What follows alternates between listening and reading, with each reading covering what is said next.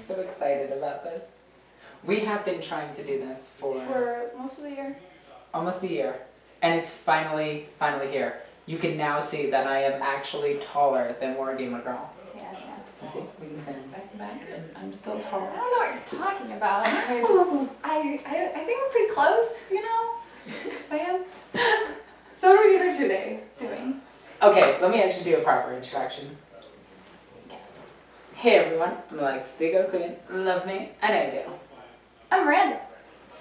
She's the Wargamer Girl. I'm also known as Wargamer Girl on some forums. And YouTube. And like other places. Is a thing. What are the other places like? Like Kickstarter, Facebook, Oh, Twitter. you actually have legit things. Yeah. Like you said, like, and other things. Like you were hiding something. Like most of the time when I say that is because the words are not coming to my brain at that moment. Oh, it sounded like you were like browsing on 4chan and your username was. No, that's a weekend only type of thing. We're at Valhalla. I've only had like cumulative 10 hours for the 3 days we've been here so far. Yeah. Yeah, off and on sleeps. Pretty common. She actually goes to bed later than me. Not by desire, just it happens to happen. Now, I'm wondering if it's because of the time zone that you can adjust to be less sleep deprived than me? I don't know. Or is it more sleep deprived? I don't change time zones coming here. Yeah, see? I'm not used to that. And the altitude is getting to me. Oh, I know. She's so cute. She got super altitude sickness and she had to run away from a moose earlier today. And it attacked us. It was not impressive. We weren't winning any marathons. No, we really weren't. So why are we here? I'm going to teach you how to play Warmachine. And you guys are going to learn with us. Woo! Yep, that's right. An actual official learning game of Warmachine. Today I am teaching Alexis how to play the Grimkin, which is a Hordes army, versus my Khador Warmachine army. So you're actually going to get a sampling of 2 different game sets that are designed to work with each other. So we're playing Warhammer Hordes. So I'm playing Chaos and you're playing Blood Angels. Also known as Grimkin and Khador. Yeah, and well, sub-factions. I mean, no, it's just a different world. It's Khador versus Grimkin. She doesn't know what she's talking about, but she will by the end of this video. And I see what you did there. You made me play as the heretic. Is there? It's literally the only, well, he's not the only caster I have, but the other one I have is, oh, well, I'll have to show you. She's pretty awesome. Anyway, let's take a look at what this is. We're pretty much going to learn how to play together. I have never played this game before, except for maybe like once when I was drunk, which is not acceptable. So we're going to set up the camera and we're going to record every bit of this and all of my dumb questions. So let's take a look at this. All right, Miranda, what am I looking at? Let's start with the heretics. It's not the heretics, it's just the one heretic, actually. Yeah, the heretic Astartes. He is the heretic of Grimkin, actually one of the first to defy Menoth in the lore for Warmachine. In his battle group, he has got a Gorehound, Skin and Moans, and a Cage Rager. So these 2 are considered heavy Warbeasts. This guy, because of base size, is considered a light Warbeast. Over here we've got a solo of the Witchwood. She can place and lure people to their death. For infantry, we've got a full unit of Hollow Men with the Lantern Man leading, which allows recursion for the army. And we also have a unit of Dreadrots, which are helpful for hitting low defense. They are weapon masters and can deny tough. And for your Blood Angels? For the Khador side of the board, it's led by Kozlov, the Viscount of Skarsgård. Viscount, I'm sorry. And let me guess, he's a vampire? No, that's actually Vlad Sapesky, named after Vlad the Impaler. I mean, it's totally original lore, and shut up. In Kozlov's battle group, we have 3 Dreadnoughts. Not 1, but 2 Juggernauts and a Decimator, who has awesome shoulder cannons, and he's very high armor. Battle group also includes War Dog to help protect Kozlov in melee. And then I have what was formerly known as the Winterguard Death Star unit, which is a full unit of Winter Guard infantry with the standard bearer and captain, 3 Rocketeers, and Joseph Zapesky, or Joseph Grigorovich, leading as their commander to give them buffs. So I have a slightly smaller army. She's got more options in hers for sure. Oh, and she's got the Bump in the Night theme force, and I have the Winter Guard Command theme force. So we both have about 4 to 5 extra points in this based on the theme. I have no idea what that means. I'm assuming they're command points. No. Everything in Warmachine is just built on your, just on the points cost. So when you build it in a theme force, you can take something for free, basically, without it counting against your points. I'm not gonna lie, Theme Force sounds amazing. It sounds like something out of the 80s. Yeah. Theme Force. Theme Force 5. Yeah. Like you would see the Power Rangers dancing to that. I would dance to that. Alright, so. It just sounds like Power Rangers. That's what it sounds like. We are playing a regular non-scenario game, so this is going to be just kill the other caster. We've got a decent board set up. This would be a lot of terrain in Warmachine world, but this is actually pretty sad to me. But I don't have more stuff, wait, so it is what it is. Actually, this is a lot of terrain? For Warmachine? 1, 2, 3, 4, 5, 6, 7, 8, 9. Yeah, there's several terrain pieces. Like normally, 5 to 7 terrain features in a board on a 4x4 board is standard.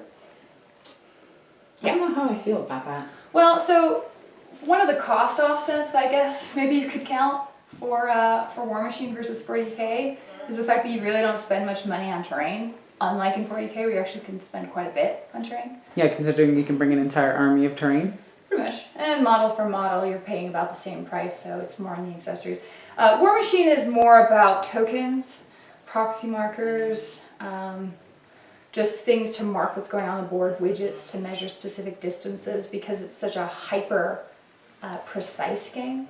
You can't just pile in some dudes and set them on top any which way. Like a model has to be able to set.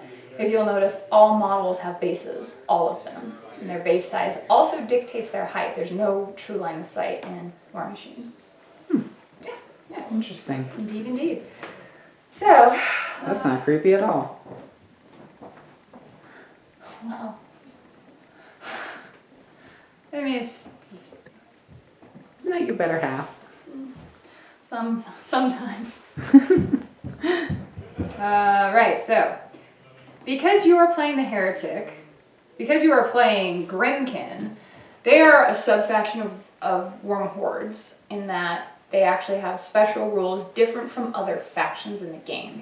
The special rules include, instead of having a feat, which most casters in the game have, they actually have Arcana cards, or Arcana cards, and they get 3 of them. One is specific to the Heretic, that's part of what he just brings, and then there's a couple generic ones. And basically they are mini feat, once per game use items, or abilities. Okay. And they will be dictated on here. I'm not sure if I actually put them in one of them. We're professionals, by the way. Yeah, totally. I got this. With you like slightly hunching, it looks like I'm like a monster compared to you. It's cutting off your head a bit. It is. It is. Maybe you should Let me not. fix that really quickly. There we go. That should fix this video. Boop. Nope. Good enough. Alright, good enough. So, here's your Arcana cards. There's actual cards for your model too, but we can use it off the electronic system. Alright, so here's what your Arcana cards look like. They're just these abilities. So one of them is a trump card that's specific to the Heretic. It says his name on it. And so this one is called Reckoning. It says the Warlock can play this card when an enemy model destroys or removes a model from play, a friendly faction warrior model in the Warlock's control range, which is basically a command range. And then you get a special bonus on that. So you have to take it because it's specific to him. Then you get 2 others, and it can be any one of these. So. Okay. Yeah, you got a lot of options. So there's ones that you can reduce my speed. I can go down by 2, subtract 2 speed from my normal movement. Now does that mean I strike first, or do you just move slower? It means I move slower for a turn. So I'd get some more shots in at you. Yeah, you could theoretically get more shots, or it's a really good way to position. My specific warjacks over there can only move 4 inches any given turn naturally. Okay. So if you were to subtract 2 from that, then I'm barely moving at all for a turn. Now that's again once per game thing. You throw that down. That affects me for the round, and then it's done. So that one's actually pretty good. Ruin. Warlock can play this card when an enemy model targets. Yeah, you don't care about that. I'm just gonna pick one other one for you. Okay. I'm okay with this. Faction model gains +1 attack against enemy models. Now, for those of you wondering, I have been looking into this game just a little bit. I have been trying to expand beyond just 40k. Thought Warmachine, Test of Honor, Age of Sigmar would be good for that. Alright. You have Reckoning, Labyrinth, and Fortune's Path to anybody following along. These are cards that you will use throughout the game. So do I just say, like, you activated my trap card? A costly mistake, Kaiba boy? Yeah, you could. Okay, good. You could do that. Or other thing... if it's a trump card, can I just say no or wrong? No, wrong. Only if you do it in like a trump, like voice. Trump voice? No. Okay. No. Wrong. That's not going to happen. Alright, so the other thing that Warmachine's a big fan of are tokens and widgets. Yay! So, normal people, peasants really, use tape measures. Tape measures, yeah. You use those, you know, you gotta know where your model's going. But when it counts, you need a widget. Can never have too many widgets. Just remember that. Some advice for life. Does it spin? Is it a widget spinner? No, it's not a fidget. No, that's a fidget. Widget spinner. No, it's called a fidget spinner. I'm explaining things to you. She's mean, abusive. I love it. So, because Warmachine and Hordes is so hyper precise, you have these different movement markers. So on one end it's 2 inches, which generally measures reach. You've got a 1/2 inch melee range for 1/2 inch reach, 3 inch movement for specific things like charging, a 5 inch measure to check things like stealth. And so you can put down a hard item between 2 models to see whether or not they're precisely in that or not, precisely in range or not. So we will be using that. They make those for 40k too. Yeah, but it's not like a huge deal. You might use these. Alright, these are proxy tokens. No, not that one. These are markers you put down when you're deciding to charge something. You're not quite sure if you're going to make it, so you can pre-measure the whole damn thing out, and then replace the pogs with your models when it works. Man, I remember Pogs. Back in the 90s, before Pokemon cards. Yeah, we used to include it in like Iron Kids bread or something for a long time. You'd get like slammers. I never knew how to play the game. I didn't know how to play pogs at all. All I knew was you put things on top of each other and hit them. Mm-hmm. Like marbles, really. Yeah. Got cheaper and less dangerous to other kids. And then I've got a feat token for my faction. You don't actually have a feat. So my... Yes, I do. You have 2 feet, but you don't have a F-E-A-T. So, my character has a once per game special ability where it says friendly faction models, so all of my models in this case, gain +2 to their speed and a benefit called unyielding, which means that they gain +2 armor against melee rolls. Okay. So, they can get super fast and tough for 1 round, and then once that happens, it's over and done with and the end.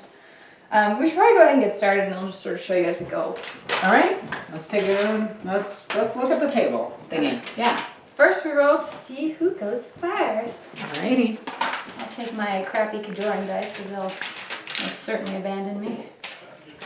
All right, let's get the table back into focus.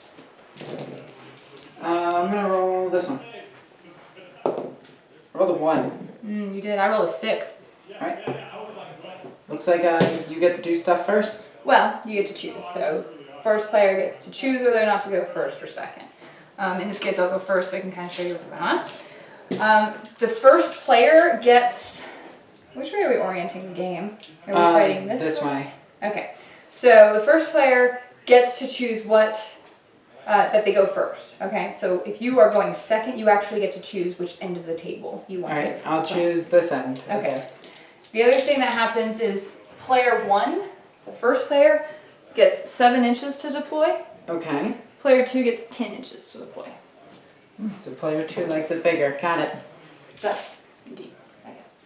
Perfect. No, you're not. You're just dirty-minded. That's probably true. All right. So, do we alternate, or is this just place everything? Nope, you place everything. In fact, I'll place everything first, so this is what generally happens. So it's like, okay, I've got 7 inches, throw it by there, throw it by there, throw it by there. So I have like an idea of the line. Okay.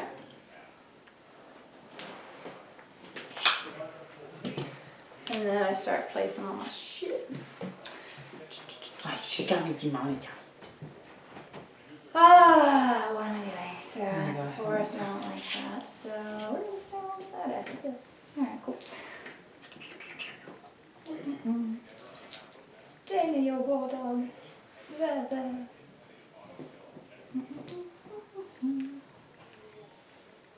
So does Warmachine have fluff?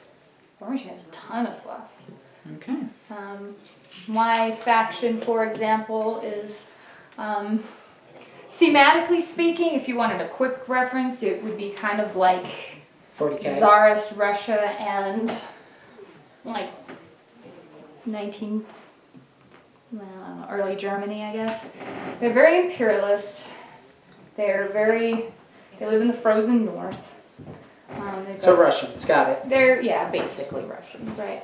And I'm playing Tim Burton's Nightmare Before Christmas, mixed Yeah. in with a little of Trick or Treat. A little bit, which I enjoyed as a movie. Did you hate that one too? No, Trick or Treat I really liked. Okay, well at least you can like something. Like, you know, I didn't like Tim Burton's Nightmare Before Christmas. I don't even know if I can address you as human. Well, that's Alright. just rude. So this is mine. Usually there's some sort of clumpy kind of deployment for models, unless Now, you've got special. Do I effects. have to keep the caster, like, at a certain distance? Yeah, so everybody has command range. So for what your purposes would be a command range. So what that is if we look at your character here, the heretic. This Fury 7 Bring it number. over to the camera. Alright. Is that? Yep, you're good. Alright.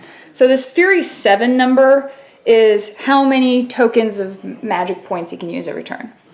You double that number in order to know what range you need to keep all of your Warbeasts in. If Everybody keeps poking their head in. It's true. Well, we're a little exhibit in here, apparently. And here we see the wild female gamers in a natural environment. These Natural two. environment. This weird These kids' two. room with Lincoln Logs and a Bullwinkle stuffed toy. Yeah, we are. I mean, All there are right, worse anyway. things. Right, so whatever this number is, you double it, and that's the range. That's the maximum range your beasts can be from you in order to keep communication with you. Because he has the ability to send special spells and... Why is that blinking? That's recording. Oh, send special spells and abilities. Hi, come on through. Hello. And hello, we've got a guest joining us from Anvil of War. Anvil of War. That's right. That's the. Oh, get out! Why you shut the door on me? Why you shut the door on me? Because they're filming. There's Josh in That's right there. there. We're getting our party crashed. I'm teaching Alexis Warmachine. Oh, I want the big Russian robots to win. Well, thank you. That's the correct way to vote. Yes, Singar? Sigar? Keylor. Thank you, Josh. Yeah. And I know what things are. Which one? Is Singar the other one? Signar. Signar? Signar. S-Y-G. They're the blue ones. They're blue ones. Yeah. Oh, no one likes blue then. Yeah, go Go red. Cadron Overlords. They come in big boats, like, right? Those You ones? both are awful. Get out! Wait, how did you? Why is it you guys? I said the right names. Why am I getting lumped in with them? All right, fine. Josh, I apologize unreservedly. I accept your apology. What were we talking about? All right, command range. So anyway, yes, you do have to keep a range, because obviously I'm not going to be able to finish explaining this. Figure shit out. Alright, so I'm gonna put spooky scary Shinigami right here. Okay, that reminds me, because other things happen. Everything in Warmachine has very specific rules. So this counts as shallow water, which counts as rough terrain, which is half movement. Alright, Unless screw you that. have a special ability, which he does not, to ignore that. So half movement through here, half movement through here. This is a hill, which counts as elevation. It doesn't do anything except if somebody is shooting at you and you are on the hill, they suffer a -2 penalty to hit you. General, this would also be sort of an elevation. These walls and ruins and obstacles here would all give you cover if your base is obscured by it. Forests have very specific rules. In order to get any benefit whatsoever from a forest, you have to be completely inside of it. That would explain the template then. Exactly. So if you're completely inside of it, then you can get some concealment benefits. So that's, you get an additional +2 to your defense. If you are on the other side of it, if somebody's here and somebody's here, no matter what size a forest is, you can never see through any two ends of it. Okay. It's kind of interesting. Yeah. All right, so It covers that. I can put him like back here and he can still get them, right? He can, but if you're gonna have to eventually move up. One of the tricks to hordes is that your beast may run and charge into something, right? And if they end up running out of range of him, then they'll get there and they won't be able to do much. Okay, so we'll put him with them. Yeah. So that seems like an okay idea. Line of sight actually matters in this game.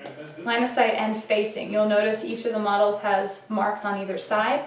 So it's a front arc and a back arc. So whatever way their face is pointing, they can see 180 degrees that way. They cannot see behind them at all.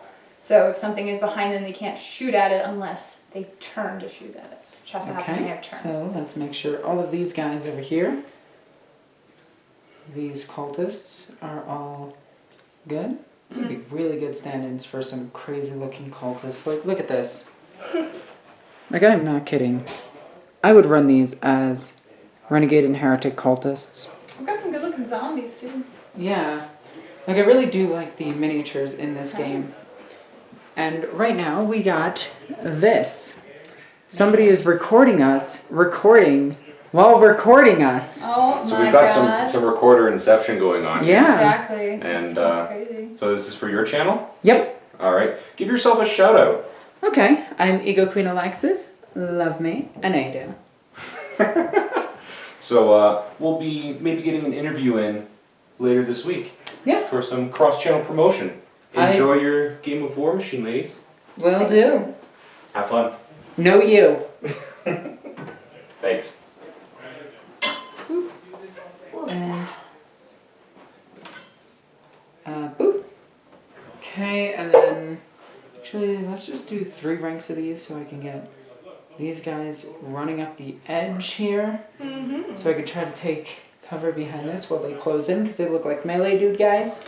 Alright, so your Now- Witchwood, your special pretty model there, has an icon. They're very icon heavy in this game. First off, let's take a look at this model. Oh, she's gorgeous. My painter did such a fantastic job with her. That is amazing. Okay, now She's let's see beautiful. the rules.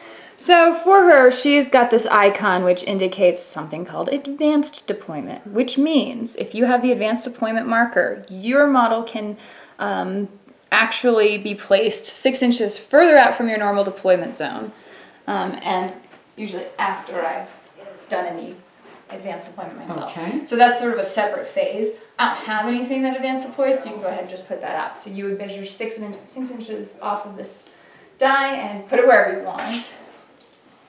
And does she have to stay within range of the caster? No, the only thing that cares about staying in range of the caster are the beasts. Okay. Unless you're putting a spell on them. I put a spell on a lot of people. Well, we'll see how you do this time then. Probably not very. You'll be fine. Okay. So paranoid, Alexis. I'm a New Yorker. We're all paranoid.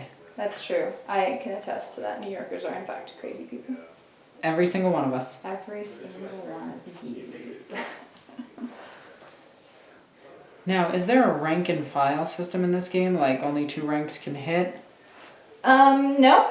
Range is all true range off every individual model. Every individual model acts in full. Okay. You do have, something worth noting is that each squad, I guess, of models for you, each unit, has a specific leader. And they're denoted by being somewhat unique from the rest of them. This guy with the long sickle, he's actually the leader. Doesn't matter for this group necessarily, except they can only be so far from the from him? leader. Exactly. So Okay. they have a command range to him. There's Now, no... I'm guessing you can't just split up the unit. They have to stay within coherency. Yeah, in Warmachine, you can have either a half unit or a full unit that you pay specific points for, and that's done at the beginning of the game. In this case, you have 2 full units of models. They always have to stay together. There's no unit coherency like in 40k, where you have like 2-inch unit coherency, but these guys have, I believe, a command of 7. So hand me that tape measure. So for that, it would be like... Right, so this model can never be more than, say, that far away. Okay. Anywhere, there's a difference between within and completely within. So if it overlaps 7 inches into the base anywhere here, then you're safe. If you are out of formation, then they can't really do anything except move back toward formation. They won't be able to attack or anything. Okay, sounds easy enough. This guy here is actually an attachment to the unit. He gives them the ability to create another one of these guys if they kill one of these guys. Alright, makes sense. They're zombies. They're basically zombies, but they'll have to have lost some from their unit first. Okay, so bring they can them only back. go up to the max unit. Exactly, in that case. Okay, now when removing casualties, how does that work? We should probably Get cross into the that game? bridge when we come to it. Okay. So, like I said, this is a very token-heavy game, so let's bust out with some tokens. So, it's going to be slightly confusing because I will play different from how you play as far as the Focus Fury mechanic goes, but I have full faith in you. You're super smart, so you'll totally get this.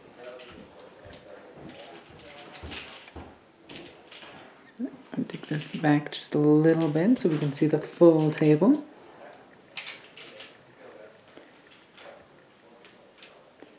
Okay. Okay, indeed. So, This is going to take like, what, an hour or so? Hour or 2? probably. Alright, it's not too bad. 4, 5, 6, 7. Set that for you. I'll keep those for me. And then you can have whatever number of those you need. Alright, so Kozlov, what's the focus? 6. Yes. 1, 2, 3, 4, 5, 6. So for me, when I start the game, I have these individual markers that are my focus. So you saw that 7 number for your guy? Mm-hmm. Well, mine's 6. So I have Okay. 6 focus. You have 6 fury. And there's a difference, and we'll get explained shortly. So I have 6 focus that replenishes at the start of my turn, every single turn. And that replenishes my ability to, I can spend this on spells or buying additional attacks. And so that just starts off and that goes there. Okay.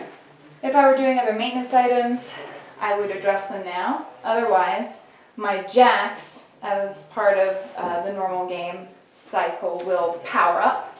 And so each warjack will actually gain a focus. Warjacks specifically, and not Warbeast, but warjacks specifically, can have up to 3 focus on them at any given time, which you would assign at the beginning of your turn. So you have to plan who's going to be doing what at the beginning of your turn. Okay, I like that. Yeah. So at this point, these guys just power up with their own focus, so I can allocate up to 2 from him, 2 of his focus. I can give them to any of these jacks to give them additional abilities. We're so far away from each other that there's no benefit to me doing that right now, so he's just going to hold on to them. Each of the focus on a warjack can be used to buy an additional attack, can be used to run, can be used to charge, very specific things that require focus. Now Because does that's- focus, do you lose focus for moving? You don't lose focus for moving. All the focus indicates is the warcaster specifically channeling energy to that warjack to do stuff. Okay, gotcha. Yeah. Oops. And so that's the beginning of that phase. Then I actually move all my stuff. Can I have the tape measure?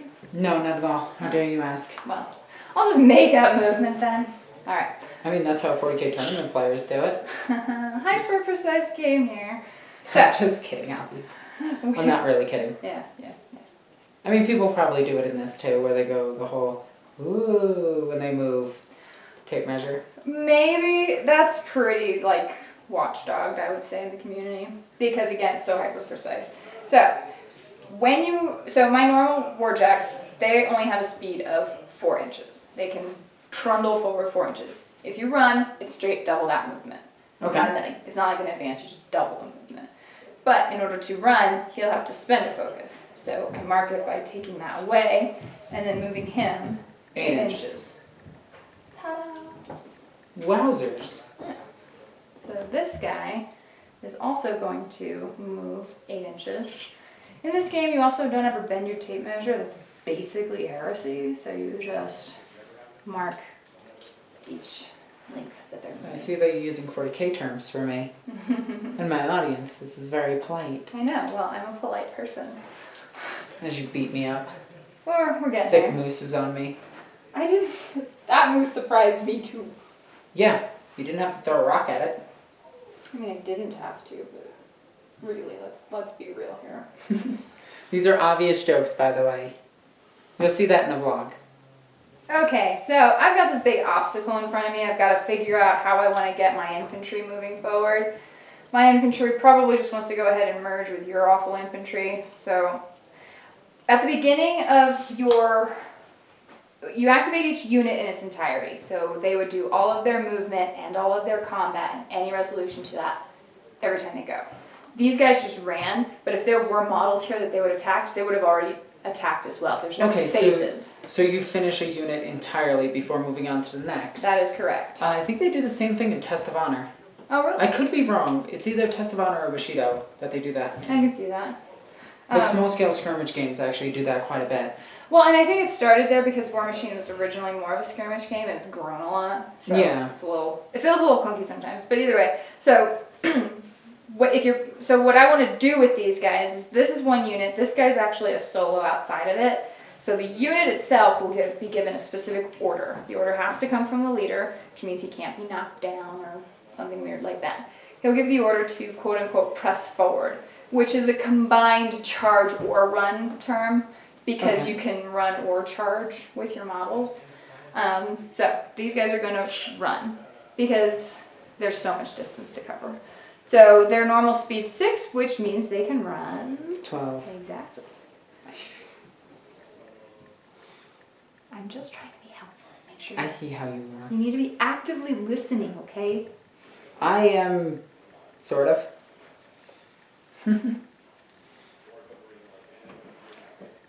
So my unit here has some unique models. For the most part, they are carrying an 8-inch ranged gun, and some of them have a range 14 gun. If you run, you cannot shoot. If you run, you cannot charge. That's all you can do. In fact, it's very specifically stated in the rules that after you run, the model's activation immediately ends. So there's nothing else they can do. The other thing you want to make sure you're watching are your facing markers. You want to make sure you have as much of the enemy in full view of you as possible, because otherwise they might be able to get around to your side, shoot you in the back, and they get a benefit to that. It's a lot easier to hit you in the back because you're not looking. Right, so at this point, we can be pretty casual with it.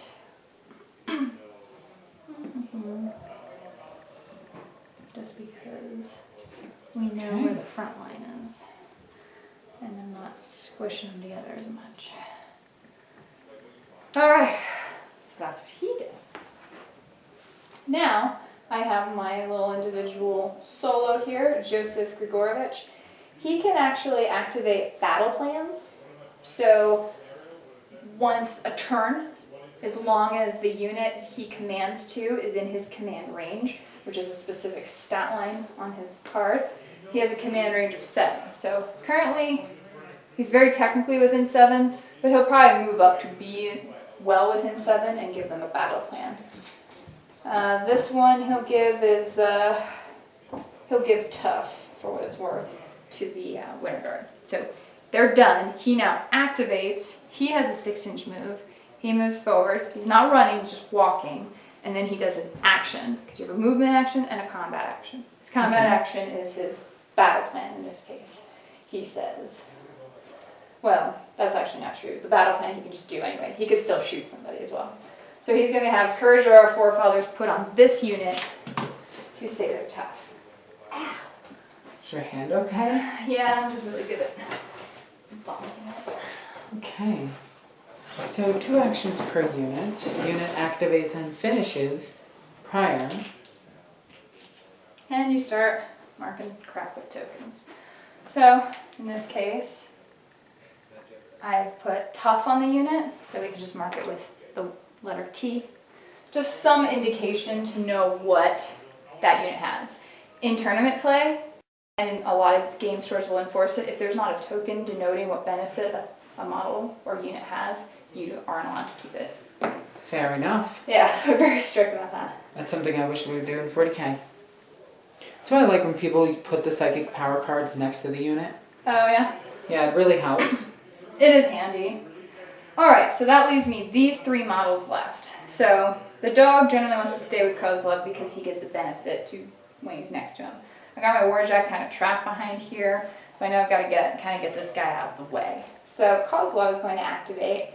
He is going to advance, any advance is just normal movement in Warmachine. It's not Yeah, it's not an additional advanced movement in 40k. Exactly.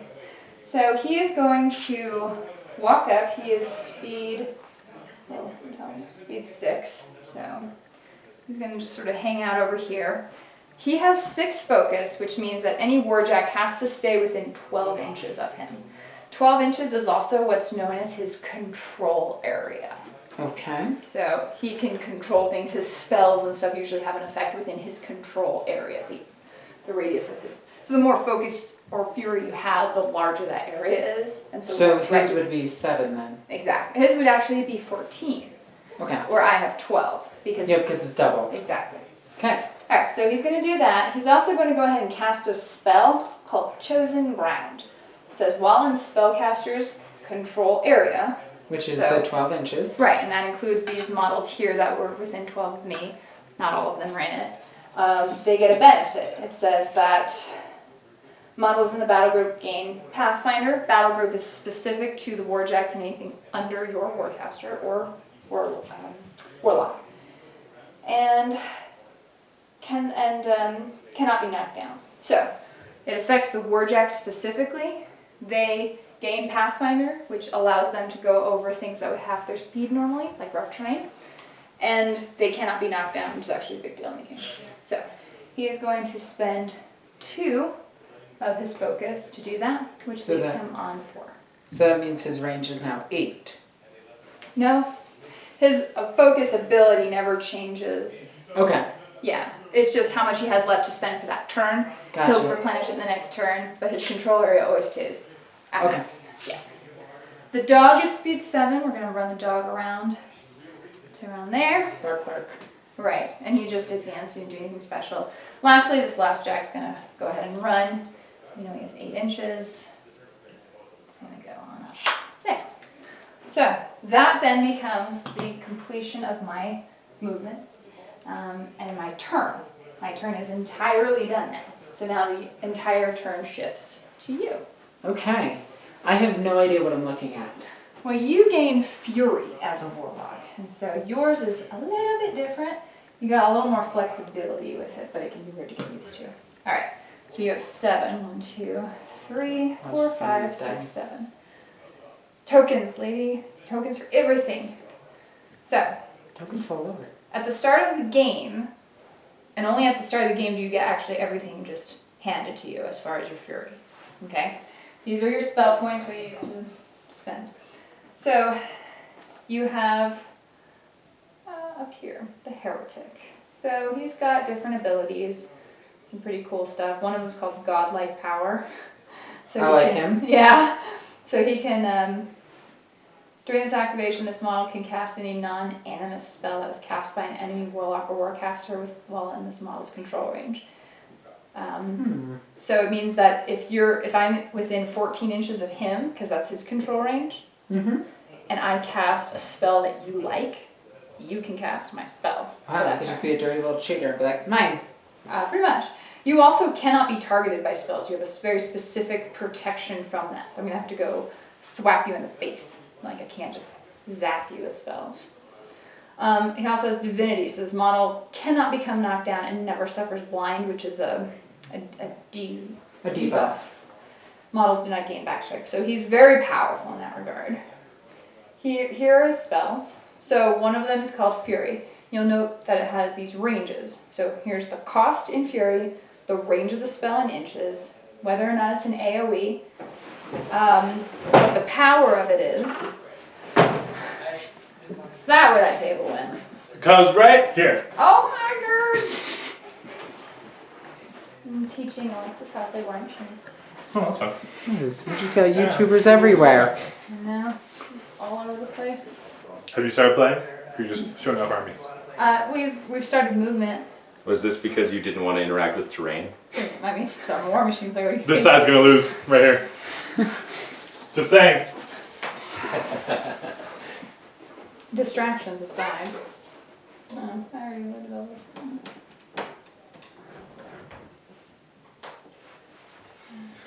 Keep explaining it, Miranda. So there's the cost, the range, and AoE, the power of it, which is how much damage it does. DOR is duration, which tells you How many turns it lasts? right. So it will generally be just one round, but where it says up, that means that if you cast a spell to give show them. this to the camera as well. Oh yeah, sure. So say you want to give your Dreadrots, which are the little pumpkin-headed dudes, Fury. You would spend 2 of your Fury spell points. You'd have to be within 6 inches of one of the models to do it initially. And then you'd cast a spell on them. And that would give that whole unit +3 to melee damage rolls. It means they hit a lot harder, but they suffer on the defense by 1.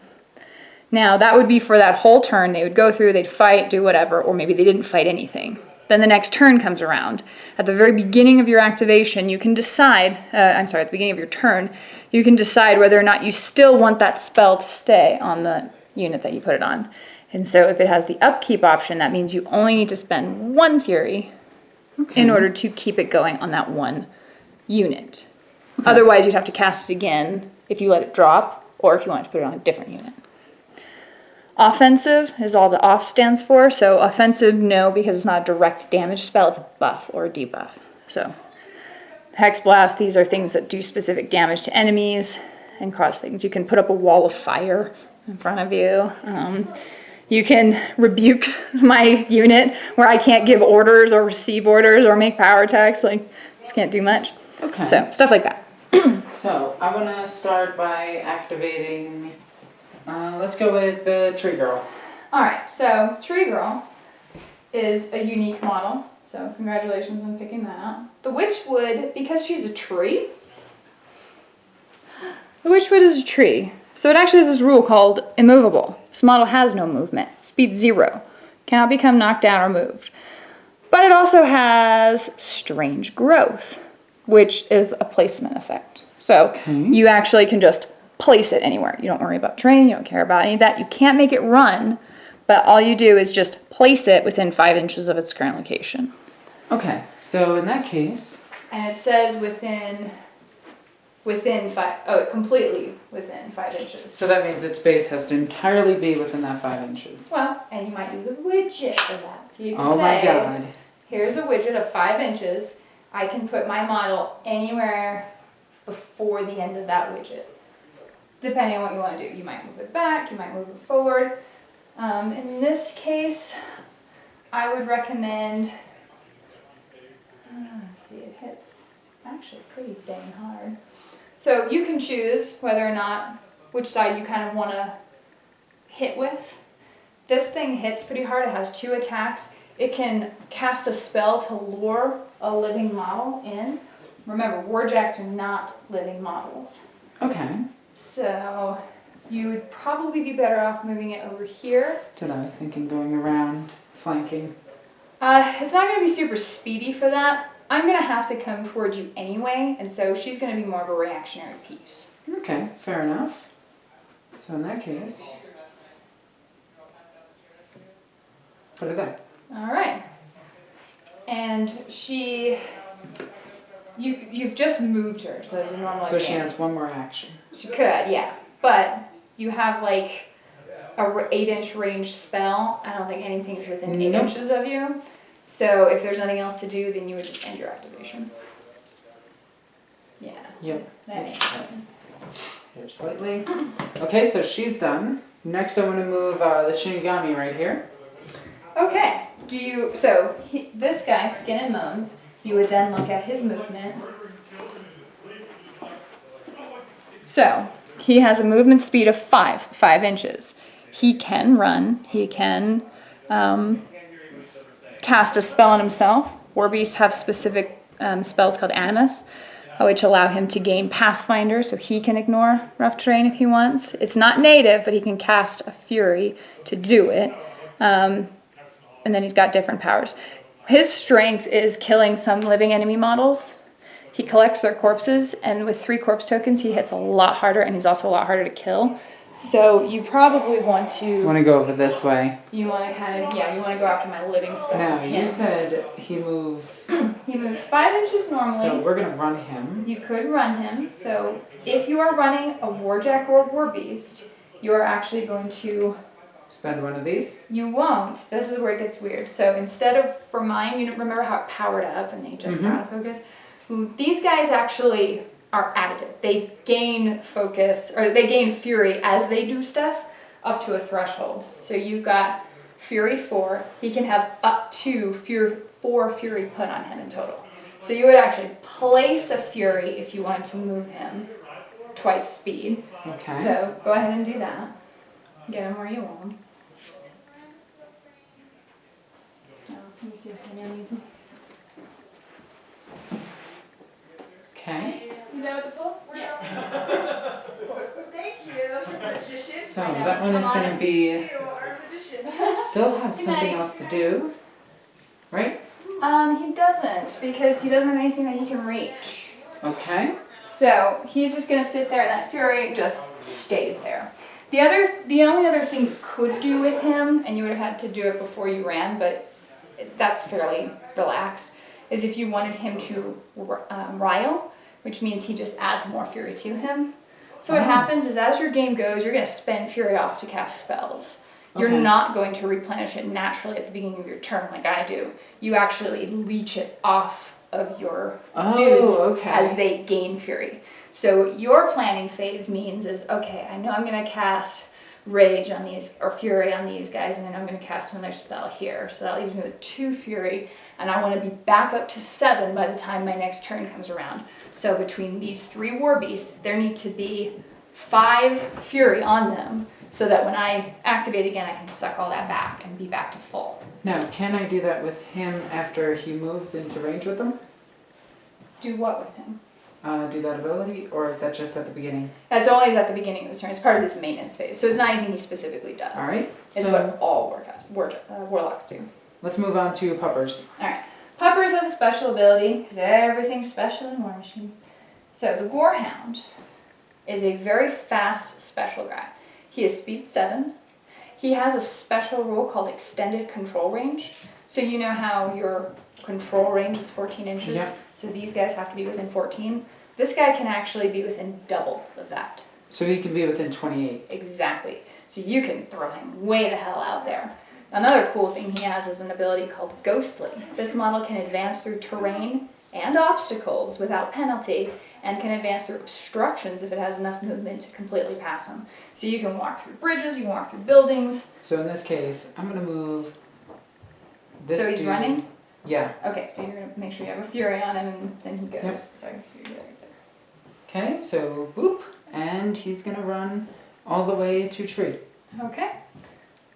So it's a run, he's done. All right, now let's move on to, Cage Rager is what he's called. He's the slowest of them. He's only speed 4. so he's going to go 8, and he's going to need a token. Mm-hmm. He's going to just jump through all of this.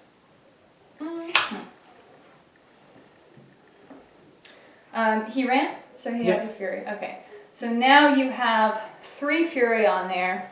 So you want to just take a moment and think, okay, what am I going to do with this guy? He's got to spend 3, technically, of his Fury. He can also choose to discard it at the end of his turn. Like he can decide I don't need this fury and he'll dump it so that he can just leech more later.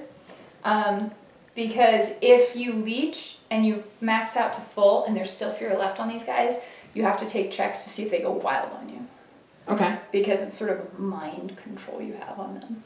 All right. All right. So what can I do with him right now? You could move him up. You can move. You can cast as many spells as you want. If you choose to run with him, you can't do anything other than that run. But he has a speed of 7, which is quite wild, actually. So we can run 14. No, he's a speed 6. I'm sorry. He could run 14. Generally, you're not running your warcasters because you need them to do other things. Okay. So he could move speed 6 over here, for example, maybe here. And he's going to have line of sight and range to these guys if you wanted to put a spell on them to buff. What do you have line of sight on this with this in a way? Yeah, because this is just shallow water. You can see over the shallow water. Okay. So An we'll go ahead. obstacle would block it, but not that. We'll go ahead and move him right over here. Okay. And what would you like to cast? You can also put up a few things. You probably don't want to spend more than 3 fury, otherwise you won't be able to get back to full without hurting yourself. So you could spend 2 fury to put +3 to melee damage rolls, make this guy hit super freaking hard. No, I could do that within 14 inches, right? Actually within 6. Each spell has a specific range. If it says control, then it would be within. So it actually won't hit him. Okay, well, do you want to have moved him to a different spot, since this is a learning game? Yeah, we'll just say he moved here, just so he's within range of that. Alright, so it costs 2, so go ahead and spend 2 fury. And that is going to put the magic ability called Fury on the Cage Rager. So we get to mark that. Furry Warbeast. Grr. Arg. Okay. Then you've got, so you can be done with him unless you want to spend more on spells. You can cast as many spells as you have Fury for. A lot of these are offensive. This one, And he's not in range of anything though. exactly. So he doesn't really care probably this early in. The next ones you have are the 2 units, and you would move the units in their entirety. Okay, These so guys how are the far do these shooters. guys move? These guys can shoot. These guys are only melee. They are... Let's start with the pumpkin dudes. Pumpkin dudes are speed 5, hollow men are speed 5. They're both speed 5. So, are you running them? Yep. You go ahead and position that. I have to run and close the pool real quick. Yep, no problem. So we'll go ahead and move all of these guys up, making sure to keep their line of sight straight forward. The 2 little marks on the side of each base. Boop. Boop. Okay. And that should be done with them. Then we have, I'm going to assume your name is Dreadroots. I'm messing up this thing. Oh wow, I don't know what these guys are. Sorry guys, I'm still learning this army. I think they're hollow men, so they're speed 5, and their range is 10 inches. So they're not going to hit anything this round, but those guys have a range of 8 inches after movement. They're going to shoot into them. So what I'm going to do is I'm going to get close. Try to close the gap just a little bit. Let's put these guys here. We're going to hold back just a wee bit. So, rank and file, just like guardsmen. Moving up the board. So I'm going to go around this. I'm not moving the full distance, but I am running. So that means that they are done, because this will put me into range next turn. Hopefully. Actually, you know what? We'll move these guys just a bit closer. Not terribly too close, but still very close. This will give me a bit of a tactical advantage-y thingy, because I play every game ridiculously. So, once they move forward, I get some shots in on them. I lose a couple of these guys, and these guys make it into them. That's the plan. That's my plan. Now we're just waiting on Miranda. Okay, and with that, my turn ends. So I'll pass this to you. Actually, I need a tape measure. The peasant tape measure. You peasant. So, for my turn, my natural ability, the chosen ground thing, falls off. I don't think it was a... Oh my goodness. You know, when you hit like the wrong thing, and you continue to hit the wrong thing. Yeah, I kind of used the little sidebar to figure out what these guys can do. Mm-hmm. I was like, they have a range of 10. I have to move up. Okay, so, chosen ground, the thing I had up last time, is a upkeep ability. So at the beginning of my turn, I get I replenish back up to 6 focus.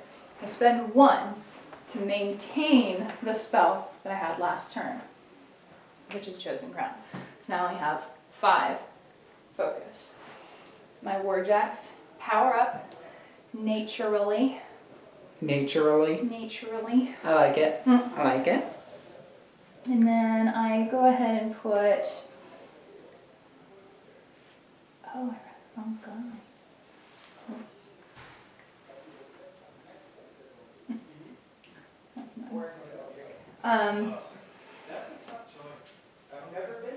I'll just leave him alone then. He's just gonna sit there and have his fury and be happy. Alright, or focus and be happy. Can't believe I did that. I can. I can believe you did it. It's so annoying. I am. Not me. I'm so annoying. No, you're adorable. She is adorable.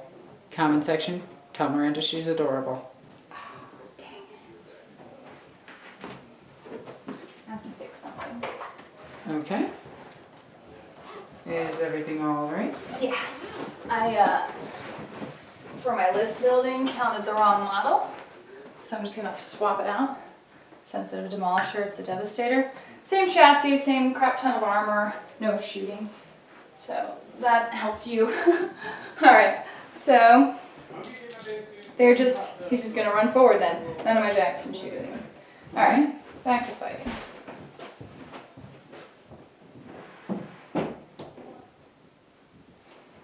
Okay. Moving on into, well, not shooting.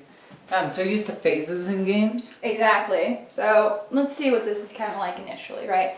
So this tough thing goes away because that's until the end of the turn. And he can re-bestow it, but They're not tough anymore. They're sensitive. they are. Wow. They are a little delicate on the inside. If you insult their mother, they will take that very seriously. What if I say their coat looks dumb? Nah, that was pretty bad. That's pretty bad. I'm sorry. I'm tired. Alright, so, about 10.5 inches away it looks like. I have an 8-inch range on my shot, and I have a 14-inch range on my Rocketeer, I believe. Yeah, range 14, power 12. So, I'm going to go ahead and position them in an advance. So, they are going to move up approximately like so. Bloop, bloop, bloop. And so the way I'm doing it, the way I'm positioning them, is to try and make sure that they can see as many models as possible. With line of sight, because you have to be able to draw line of sight through a base. 3 and 3. And we're going to move him up, say like that. He's going to move up like that. He's gonna move up like so. Okay.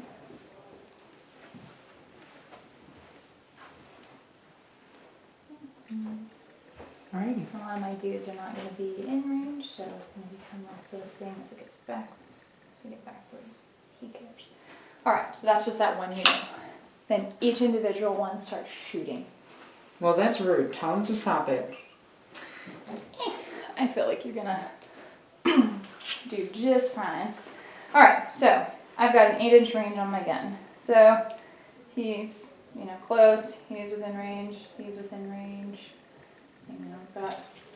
Probably got range here, definitely have range here. So you start picking which model's shooting at what. So it tends to make sense to start from the ones furthest away to the ones closest on the other side to make sure that you're hitting as many targets as possible that you can see. So, like for example, I say, all right, well this guy is going to shoot that guy there. Now we have a roll against your defense. So the defense of a Dreadrot is only defense number 12. My Winter Guard has a shooting ability of 5. I have to use 2 dice to close the gap between my ranged attack ability and your defense.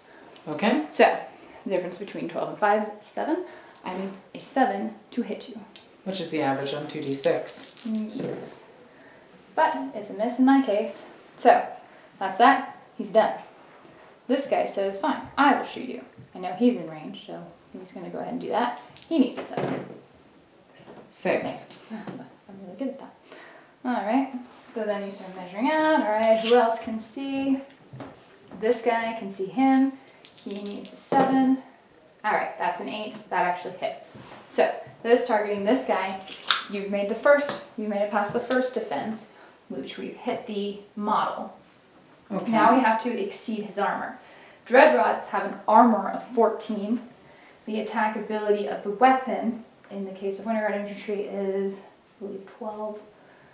Yeah, so 12. So I need to roll more than a 2 on 2 dice in order to damage you. Okay, so don't roll double ones. And you don't. Wow, those are boxcars. So now what happens, these guys all only have 1 hitbox, so whatever. Which means Let's turn it to the camera. the Dreadrot will just die, except he's got this little icon here that says tough, which means you roll a d6, and on a 5 or 6, you do not die. He doesn't care. Alright, so he's now tough, or he toughs it, he survives the attack, but he becomes knocked down. So you mark that with a token. If he's knocked down, because you have a movement action and a combat action, you have to sacrifice one of those to stand back up. Your theme force does negate that though, so we'll talk about that momentarily. Alright, so you're on the ground, which actually makes you a lot easier to hit. So these 3 models have all fired. So you got this model. I do indeed. Let's see, this guy. This guy actually has range 2. He's going to shoot over here, try to get a 7. So this guy to here, 7. That's a 6. 6. That guy, or there was another guy in range. 2 guys in range. An 8 is actually I have range for him. So I've got these 2 front guys. This is doing pretty bad. So these front guys here, he's going to try and shoot here. Again, needing a 7. That's a double 1. And this last guy here, same target, he's a 7. That's an 11. That is a hit. So now I need higher than a 2 to damage. That's an 11 also. And then a 5 up ignore, which he does not. So the one that's on the ground This one. dies. No, this Okay. one is one that I targeted. So yeah, you just Oh, set you them up. actually target them. Yes, you target them individually. They Okay. choose who dies. You don't just pick up one. Alright, so then I've got my Rocketeers. This Rocketeer back here can see that guy there. And he's got a 14-inch range on his weapon. So he targets here, needing a 7. Half the time you spend looking at this crap. Alright, need a 7. Oh. So you got it with an 11. Been hitting 11s. Now this is a little bit different because this attack is an AoE. Blast templates. Mm-hmm. That's 7th edition. So 7th edition. So this is an And AoE, Titanicus. This And is- 30k. a 3-inch AoE. You would center it on the model that was directly hit, and everything under that is going to take some damage. Uh-oh. So That's all of them. I think this guy's technically out, but yeah, it's 1, 2, 3, 4, 5, 6. 6 guys. So the way blast works is the directly hit target suffers the full damage of the attack, and anyone else caught in the blast radius suffers half the damage of the attack. Okay. So the initial attack is POW 12, your armor 14, so You need a anything 2. higher than a 2, which I do, so that's a 6. It's a tough roll for you. Toughness. Yeah. I want to spend a command point. He's a leader, so what you actually do in his case is field promote. So you might move him to be like that guy who's not in the blast. Okay, And so then that he's the guy's one who dies. dead. Dead. Right. So now we've got 1, 2, 3, 4, 5. Yep. So we'll start here. Oops. The power is 12, so half of it would only be 6. Your Okay. armor 14. Now, do you need to roll to hit him, or? No, they've already been hit. Okay, Anything gotcha. other blast damage is just hit. But now I have to roll for damage on all of them. All right. So it's power 6 against armor 14. The difference is 8, which means I have to roll higher than an 8 on 2d6 now Okay. to actually trigger any tough rolls. So on this guy, Yep, that is. that's an 8 exactly. So it meets 5 your up. armor. Hold on, it meets your armor 14. So I actually don't kill. I have to exceed it. Oh, so it does no damage. Mm-hmm. Okay, next guy. That's an 8. This guy. That's a 5. This guy. That's double 1. That's an 8. So, Wow. Okay. yep. So that's how effective that was. Alright, what else have I got? So that was this guy. This guy then targets, we'll say that guy with a weapon. Okay. So he targets him. First I need a 7. Which I get, that's a 10. Again, AoE, so So it's that's gonna all hit 4. So Starting power with 12 on him. So 5 will trigger a tough roll on that guy. I like feeling the pain. He survives, but he is knocked down. You do not get to make a save roll like that again if you're knocked down. You have to be standing. Okay, that makes sense. So, So this guy. need 9s. That's an 8. This guy. That's a 3. This guy. That's a 6. Okay. Nothing there. Done, done, done. Alright, anybody else? Next Rocketeer, somebody? The last Rocketeer I have can only see these guys. He can't really see. I don't think he can draw line of sight. Well, actually, he might be able to. So you can kind of look on Yeah, you can get to him. their base. Yeah, he can. Okay. So he's going to target that guy. And yes, I did just use True Line of Sight. He did, but it was measured also on a tape measure. Nope, True Line of Sight. Range Best 14, system. targeting this guy back here. Yep. Need a 7 to hit. That's a 9. 9, so that does hit. So power 12 here. Roll double ones. The 3-inch AoE actually catches It's 5. that guy too. So that will kill him unless he makes a tough roll. That was a drop dice. He is dead. Okay, so you take him out. And then I need 9s for the rest of them. Let's start right here. That's actually a 9. That triggers a tough roll for him. Okay. Boop. Nope, so he just So dies. he dies. Oh. The next one here. That's a 6, so 7, nothing. That's boxcars, that is a tough roll. That's saved. And then the last one. He's knocked down. So that was this one. It was him or him? Oh, him. Yeah. Sorry. Okay. And then the last one is him. That's an 8 and nothing. Okay.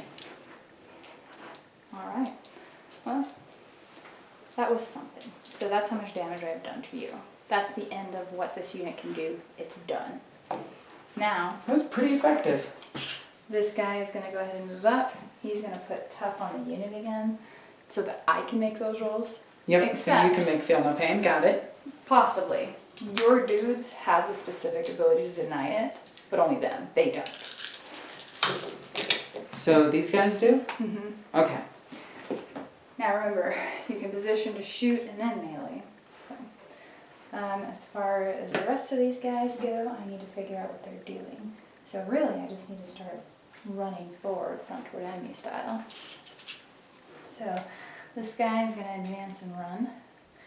He's sitting up here. He's a bit of a trap in that he's got super high armor. He's going to take forever to kill unless you super buff your dude up. And Yep. he can run up to things and explode. What? That's rude. I like it. Alright, this guy, Juggernaut, is going to run up, not quite as far, but run. So theoretically, I'm trying to control who it is you target so that I can counterattack you. Yep, makes sense. So That's all in there where it is. Kozlov, he needs to figure out what the hell he's doing. Let's go ahead and get him moving up. He is going to need line of sight to dudes though, so does he support anybody pretty well? So far I think I'm getting the hang of this game. This is just me talking to the camera. It seems that everybody has 2 actions. Positioning looks to be the most important thing in this game. Yes, absolutely. So he's moving up 4 inches. I do like that you can shoot then move or move then shoot. You can only move then shoot. Okay, move then shoot. Okay, my bad. There are a few exceptions to that rule, but the general rule is that. Okay. So my next turn is still pretty much the same. Go after them as quickly as possible. I have Fury too, so I set it on here. I spend 2 focus to do that. And then he sits on the remaining 3. This Warjack is going to kind of trundle up here. I don't even need to use my focus because I feel like bad things are going to happen pretty soon with him. And the dog comes and moves up there. And then boom, that's the end of my turn. Now, Okay. back to you. What happens is, So I want to activate. well, you have to go through a certain maintenance phase thing first. So you have 1, 2, 3, 4, 5 Fury out of a total of 7. Now I can choose to take some off of them, can I? You leech who it comes from first. So What if I don't want to? I think you have to. Oh, that's But- rude. So you have a total of 5. Your max is 7. So you choose. You have 3 Fury on the board. So you'll pick up who you want to pick up the Fury from, and then there's going to be 1 left over. And that whoever's left over, you're going to have to take a threshold test to see if they break out. So you might take a quick look at the models. This guy has a threshold of 8. This guy has a threshold of 8. They're actually all the same threshold, so it's exactly the same no matter which one. There's a slight risk for you of them going wild or something. Oh man, this is stretching my knowledge base for words exactly, but. Well, you wanted to teach me. So, pick one that you don't care if it goes wild. Puppers. Okay. Well, you actually saved him from going wild by taking his Fury. Because you're taking it from him. It's whoever has a Fury left that could go wild. Okay, well I want puppers to not be wild. You want him to not be wild. Okay, so between these 2, which one do you want to suck the Fury from? I think I'm gonna let him. Take the threshold test? Yeah. Okay. So I'm assuming it's on 2d6? It's on 2d6, plus 1 for each Fury on it. You have to roll at or under the threshold. Alright. So that's a lot more than that. Damn it. Now he goes wild. Oh god. I'm going to reverse this because I don't remember the wild rules very well.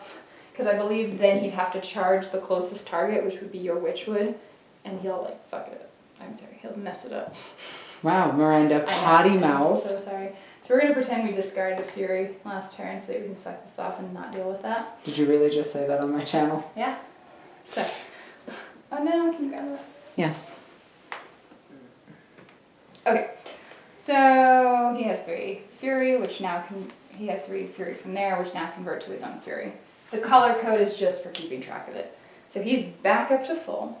You put Fury on something, I thought. This. Okay, so you can choose to spend 1 now to continue to get that spell up, or if you don't, it will fall off. I think I will. Okay. Because. That's good. Well, is this him activating now? No, it's just part of his maintenance phase at the beginning. Okay. And so then he'll still get to activate and all that like normal. So that, now that general maintenance is done. The other thing that you have is a specific benefit to your theme force. Okay. Oh, who's trying to come in? Is Rise.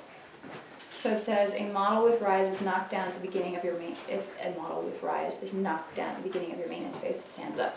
Which means you can remove all those tokens. They would normally stay there until you activated them to do something, but your theme force actually allows you to remove them and they can still activate and charge them and do all that stuff. Theme force. I Theme have force no is idea. it's how you play the game anymore. Alright, so now you got a few options. Alright, I want to activate these guys first, and I want to charge them. Do you? Because you can shoot them first. and Oh then yeah, charge you're right, them. you're right. Actually, I should get puppers out of the way. Alright, well, let me give you a few suggestions.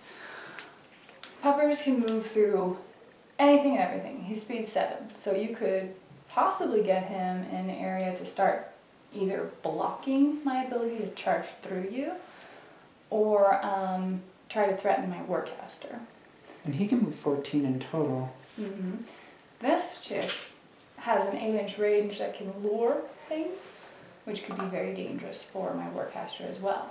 So you could warp 5 inches, and if that's within 8 of my guy, you could see if you can beat the defense and possibly just kill him.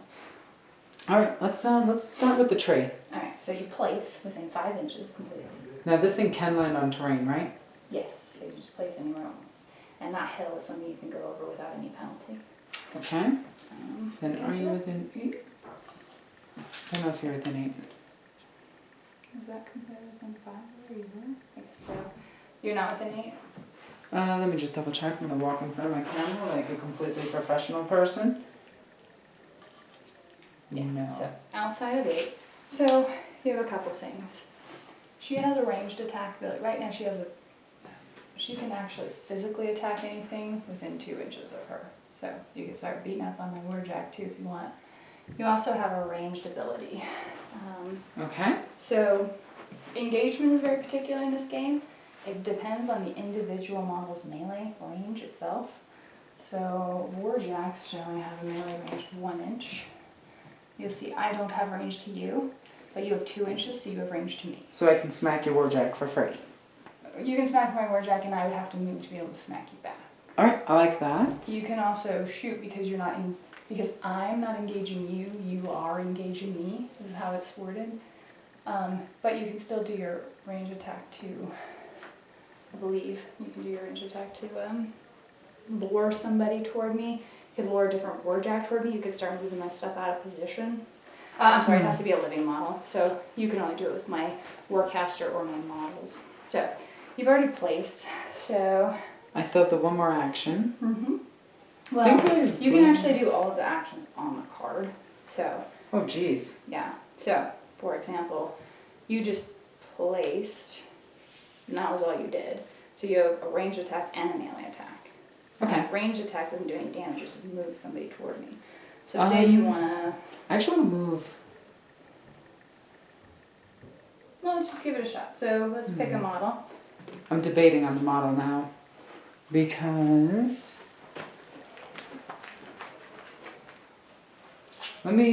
Now they would come right into my melee range, right?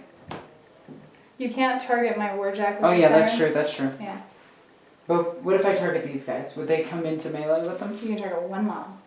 One model? Oh, I don't know if I like that. Well, let's do something like this then. Instead of you having moved where you did, because No, you I couldn't like where it's originally- moved. Are you sure? Yeah. Well, then... You know what? I want this...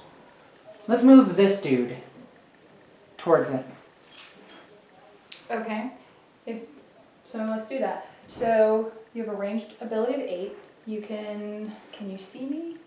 You should be able to see. It's not.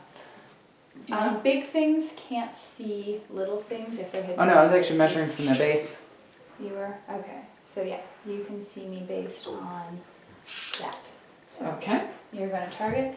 I have a defense. It's just against my normal defense of 12. You have a ranged attack ability of 7. So I need to roll 7? You need to beat a 5 actually, because I'm. Oh, okay, yeah, that's how it works. Right. So beating a 5, we got a 5. Got a 5 on the nose. Great. Okay, so So- nothing happens, right? No damage happens, but the model then advances toward you. So up to its full movement. So we'll put him like 3 there, and then he can move another 3 there. You have bewitched him. Yeah. So now, because of that, you had the 1 ranged attack, which is all you did, but you have 2 swipes with your big claws. So you are melee attack ability of 6 against my defense of 6. So you need to hit a 6 or better. Okay. So first attack misses, but you have 2, so Because you suggested. Okay. Huh. I'm terrific. That does nothing. All right. So that tree is done. Now we move on to the next one. I want to move these guys 5 inches because that's their base move, right? One of the other things that these guys actually have is a special ability again, and you might want to move him out of the way before you do it, is they can do what's called an apparate, which means they can place 2 inches anywhere of their current position and then do their normal movement. Oh and my shoot in god, all that's that. ridiculous. Okay, let's move the puppers. Alright, so puppers can move through anything and everything. You Okay. just- yeah. So, So what is his movement? 7. 7. Alright. So what happens if I run into a guy? Well, then now you're engaging him, so you can. But can these guys still shoot the rest of them? They can, but they would take a heavy penalty to whoever's engaged. Hmm. So your dog, Pupper's there, because of that long tongue, it actually has a 2-inch range. So anything off of it, it can engage and hit. But Okay. we could run up and engage like these 3 guys and try to attack as many of them as possible.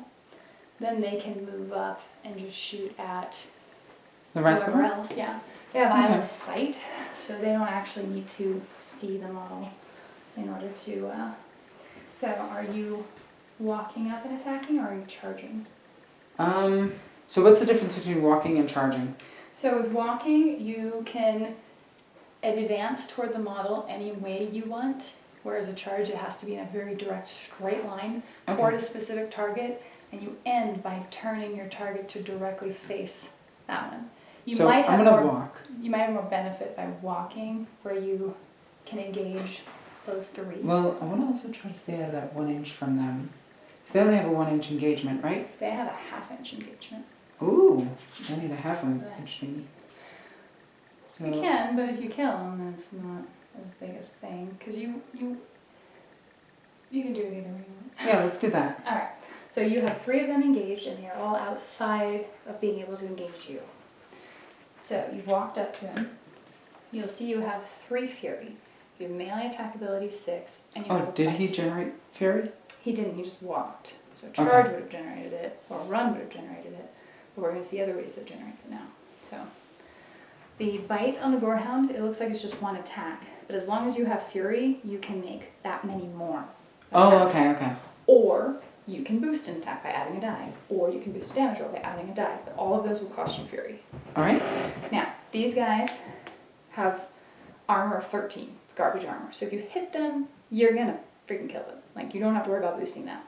You'll need 6s to hit. It's going to be worth just buying more attacks rather than boosting anything. You always get a free attack, and then you start spending your fury. So you can attack up to 4 times. Okay, so first one, Who are you attacking? we'll go into this dude. Alright, so you need a 6. It's a miss. Next one. So if you are going to do another one, then now you're buying an attack by adding a fury. Okay, And so then you can attack. so we'll do it into that dude. Okay? Yum! Now that hits. Now, he actually has a special ability on his bite where he can pull a model. Doesn't matter in your case if you want to pull him toward you. I don't. Yeah. So you can just tongue lash him. And now for damage. He's damage 12. You roll 2 dice. You can't roll less than a 2. Yep. So now it's my tough roll. So let's see if I survive. Oh, I actually do. Yeah. So now I'm knocked down.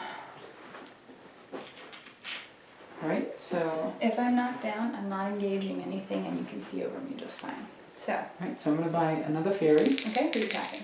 I'm gonna attack this guy, Alright, needing a 6. I that get it. hits. Alright, so tough roll. Apparently he's gonna make that too.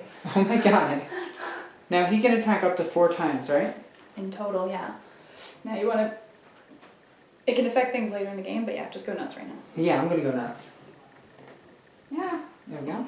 So, who are you attacking now? I can attack the guy on the ground, right? You can. If you attack a model who is knocked down in melee, you automatically hit them. So it is immediately just a tough check from me. Okay, let's go with this guy. Oh yeah, he's on it. Oh yeah, that's right. 5, he's actually still just... Oh yeah, you can't take a tough roll, so if he's knocked down, he doesn't get one, so yes, he does. Alright, we killed something. Woo! And that is it for him. He has one more... Yeah, 3 fury, yeah, he's done. Okay, Next. Yeah, that's fine. Right. Next up, we're gonna go ahead and move these guys. A model that's knocked down is also not engaged by him, so only he's getting any protection from shooting by being engaged. Doesn't stop you from shooting. So I can shoot the guys behind him if I can draw a line of sight. They don't need line of sight specifically. Okay. Now So remember to these operate guys first, so they can move up are 2 gonna- inches completely within. Teleport up. Essentially one base. So we're just gonna do this. Yeah. Boop. Boop. Boop. And just boop. Okay. Okay. So they have 2 things that they can do with shooting. Their icon shows combined ranged attack, eyeless sight, and a 30mm base. Eyeless sight means they can, as long as they have range, their range is 10 on their rifles. And remember, we haven't actually advanced them at all yet. They have a 10-inch range on their rifles, and as long as they can draw a line of sight through models, through whatever, they don't care. The only thing they can't see through is like forests. Okay. It's pretty incredible. They can also do what's called a combined ranged attack, which means you can say, 6 of these guys are all going to shoot him. And you're going to combine that power, and you'll hit harder, because their ability is only power 11. Now let's show this to the camera real quick. So, the Hollow Men have military rifles, which means that they are range 10, power 11. They have a combined ranged attack, so multiple models in the unit can target one model to hit harder, or they can target individual models hitting at power 11. So that gives them some flexibility between shooting at infantry or trying to take down heavier targets. So if I were, for instance, to combine all the fire, these guys can shoot through each other, right? And target him. Then it would be a power 11 plus all the models in the unit, including the first one. So 2, 4, 6, 8, 10. Hi. What's good, girls? Sorry about that. If you were theoretically to have all range and you wanted to shoot this guy, it would be, instead of power 11, you would add 10 to it, so it would be power 21. Holy cow. He is armored 25, I think. Okay. Or 23. So it would be dice minus 2. No, thank you. No? No, thank you. So, yeah, armor 20. So it would be, you'd have to roll more than 2 dice, and however much higher than that you roll is how much damage I would actually take. But I've also got 34 hitboxes on that model. So it's going to take a while to dig through. Yeah, I would focus more on picking out my infantry, because once that's down, all I have left are these, and you're going to have these guys to start wailing on me with too. Okay. So we're going to go ahead and move these guys up slightly. And I definitely recommend getting more guys in the back than the front. More guys. Killing more of my guys in the back than the Gotcha, gotcha. So now if I go over this, I half my distance. Now do I half it the second I get up to it? This is half distance, this is not. This is free to roam over, no Okay. penalty. Gotcha, It's gotcha. just elevation, it's like going over a hill. So we'll go ahead and move all the way up. And because I don't need to see, I don't need to worry about placement with these guys. Yep. You just don't want to get yourself engaged within half an inch of any other of my models. So, go ahead and move all these guys up and maybe kill him. No, he's engaged. Yeah, that would be a pain. Okay, so all of these guys will move up. So 10 inches gets you anybody you want except that guy. Okay. No, I take that back. You could hit Covenant Joe. He has 5 hitboxes, she has 5 hitboxes, and everyone else has 1. Alright, we're going to target and try to take down as many dudes as possible. First thing I want to do is I want to shoot at this guy. Okay. I want to try to take down those Rocketeers because they're spooky. Alright, so you're within range. So I would need... I'm base defense 12. You are hitting with the Hollow Men, which have a melee attack ability of 5. The difference between 5 and 12 is 7. You need to roll a 7 or higher to hit me. Okay. So needing a 7, that Right is on a the nose. 7. Alright. It's a military rifle, which is POW 11. I'm armor 13. You need to roll anything higher than Snake Eyes to trigger tough roll. Tough roll. Alright. So see if he toughs it. He actually does. Alright. Next one, same target. Same target, so I'm base defense 5, which means anything other than snake eyes hits. Because I'm knocked down, I'm a lot easier to hit. Oh, right. So 6 does do the damage. Alright, that hits, so now you have to roll for damage. Okay. Higher than snakes. Higher than Snicks. Got it? I don't have tough because I'm already knocked down. That eliminates that model. Okay, so now we just need to carefully take down all of these Rocketeers because they are spooky and I don't like them. We're going to target the next Rocketeer with this guy. Okay. Use 7. Got it. An 8. Alright, now damage, dice -2. Tough. Definitely got it. Not tough. He goes away. Alright. So that is 3 of them. The 4th one is going to target maybe the next Rocketeer. 10. No. He's out. Okay, so I can't target that Rocketeer anymore. But that's fine.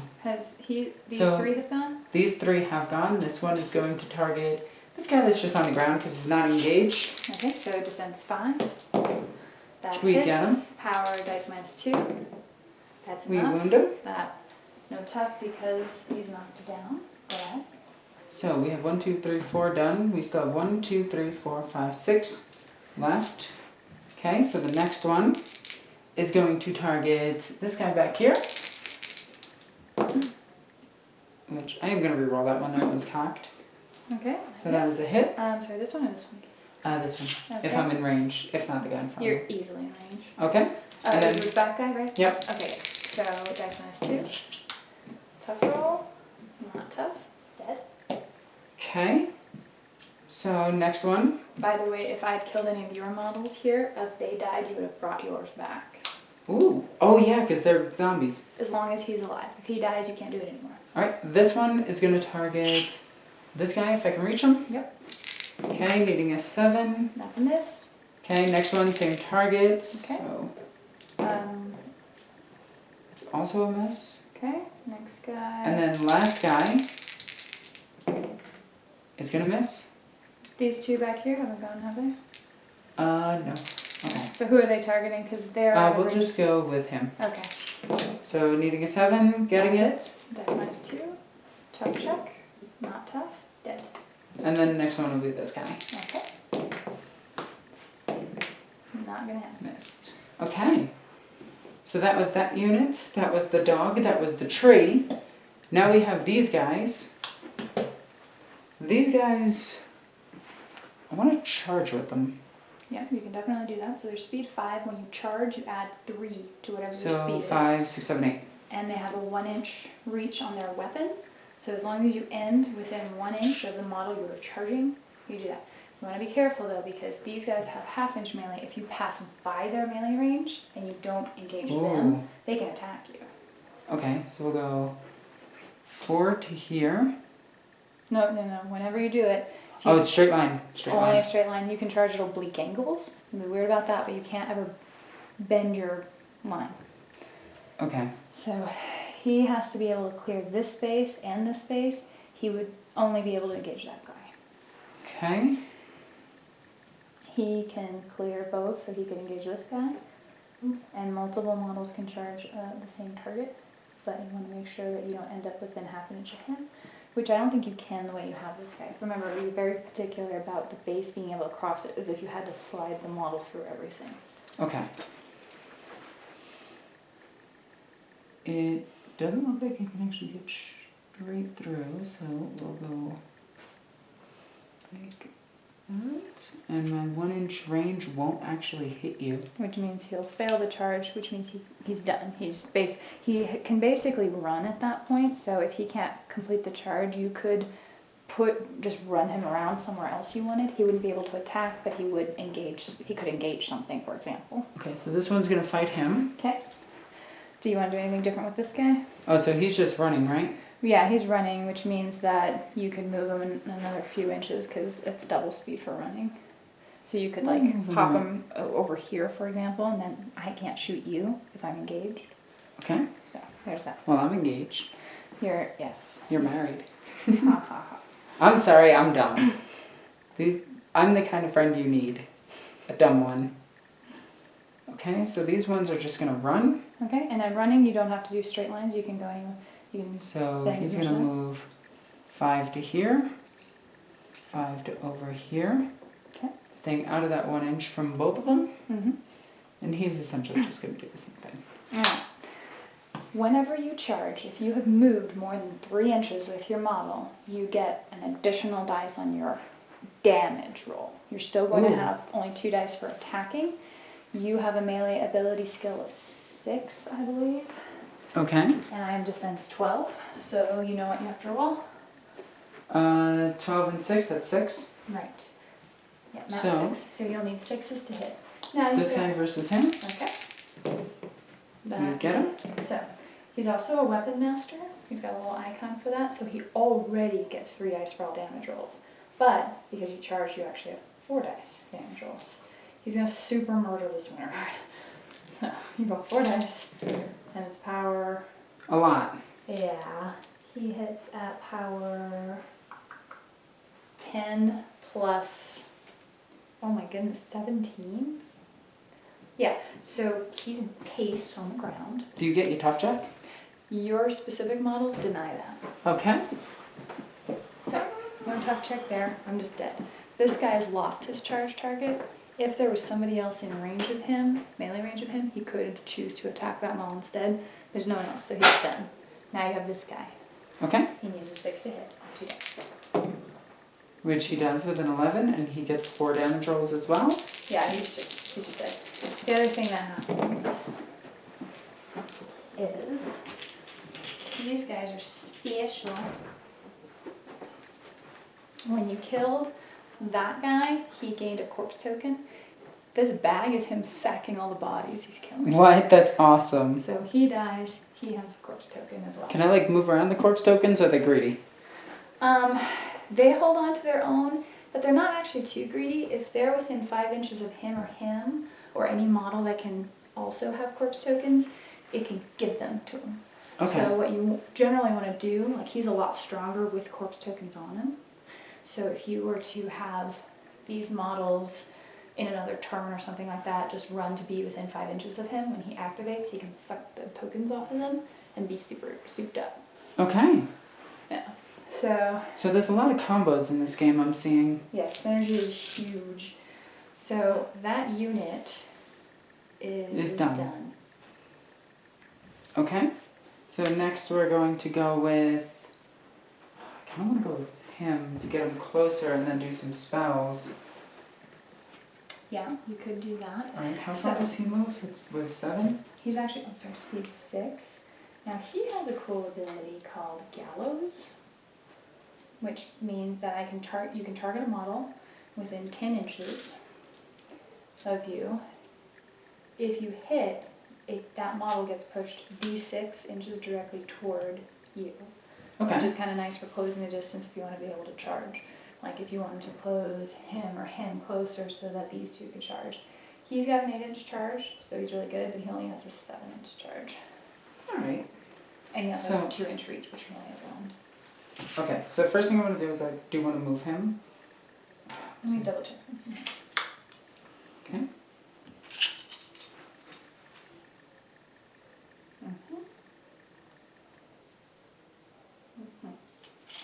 So he can't charge Just yet. either of these things. He's too far away. He can charge him, or he could charge here. He can do either I got one. an idea. It's going to be stupid. But I think it's going to be fun. Alright. No, he's too far away. But he might not be. Depending.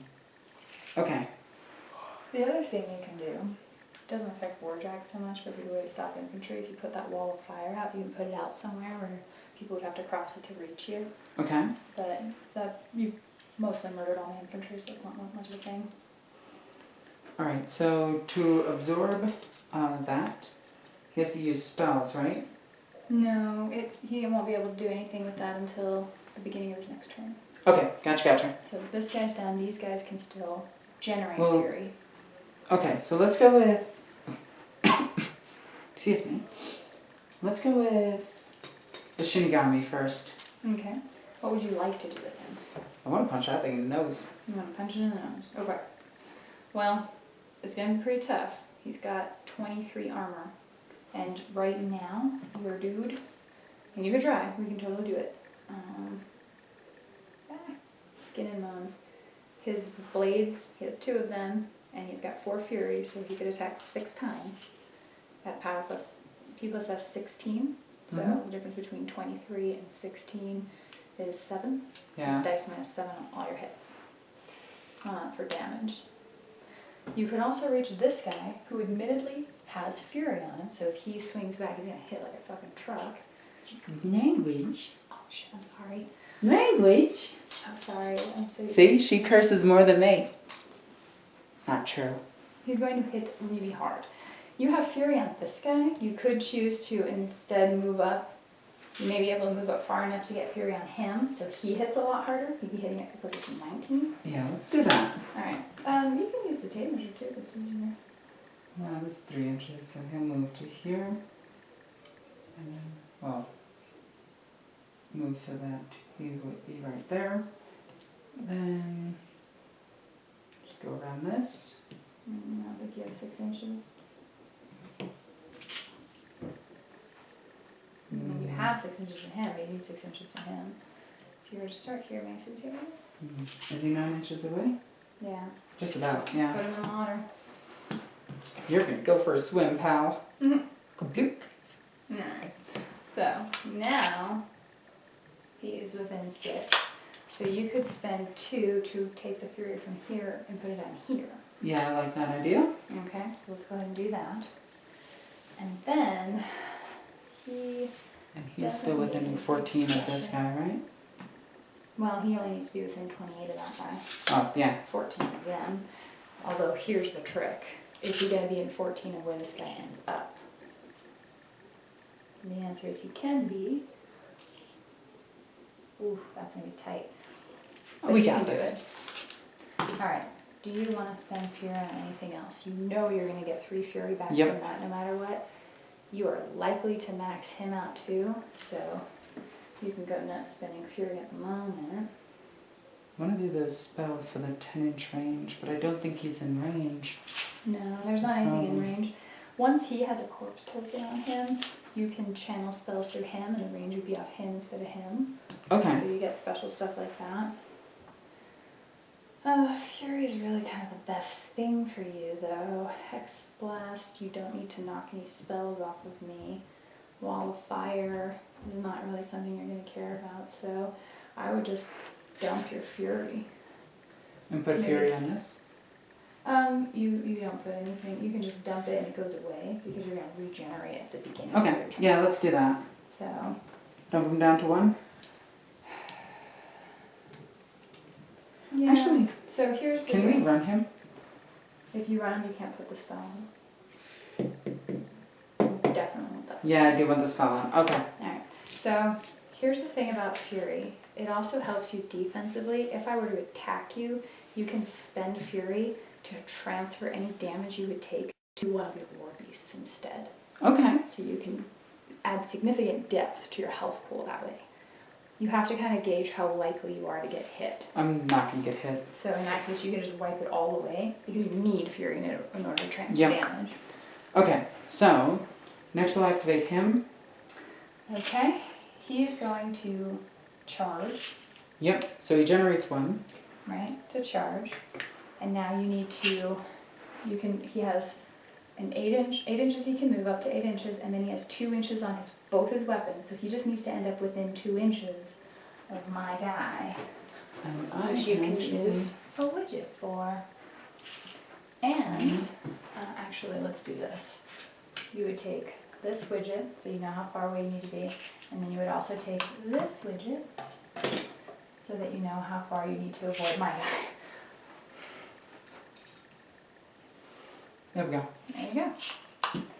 So, you have spent 1 of your 4 fury to attack. In a charge, that is your movement and immediate attack, and you get a boost to your damage. Okay.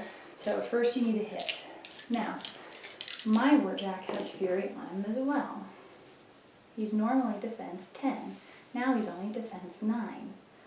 So defense 9, easy Skin to and punch Bones through. is mat 7. So I Difference need between a 7 and 2. 9. Snakes always miss. Okay. Double 6s always hit. And you said 4 attacks?